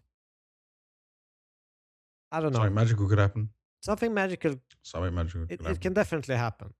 They're not at 0%, but I wouldn't put them in the favorite list of that tournament either. All right. We're at the end of episode 51. It is 2:44 in the morning for me, and I still need to pack my suitcase ready for tomorrow. We've had a nearly 3-hour episode. I want to also just say to the guys who put up this website, it's just another short classic all about Counter-Strike podcast. For the guys who put this together, this website, cslands.com, it's covering all of these like smaller lands going on. We can gain a lot of VRS points happening all over the world. It's great.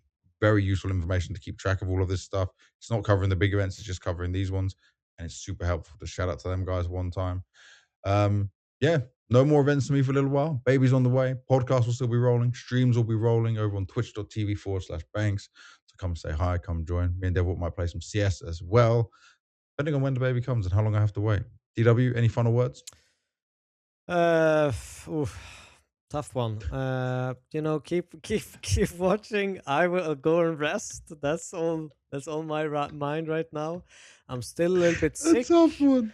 So I didn't you did well the whole podcast. And now you're saying it was a question that stumped me as I got it. I was like ready all to these just questions came your way, and this it's over. You. It's over. It's done. Stumped you. So yeah, big hearts for everyone. Keep commenting, keep listening, watching. Give us feedback, whatever it is. Go in Bank's chat and annoy him while he RuneScapes. All this kind of good stuff. And yeah, see you on the next one. Don't forget to subscribe, like, comment, all that good stuff. We replied to the comments in the channel. This was episode 51. One more thing. The guy that won the knife giveaway. Yeah. Please contact us through email. We haven't had an email from you yet. So we would love for you And if you don't, someone else is going to get the knife. Yes. So yeah, we'll have to redo it again. But you're missing your opportunity. You won a few episodes ago. You still haven't claimed it, boy. Get to it. And on that note, this was episode 51 of the All About Counter-Strike podcast. Thank you very much for watching. We'll see you on the next episode before ESL Pro League. Stay tuned, have fun, keep grinding Counter-Strike, and we'll see you soon.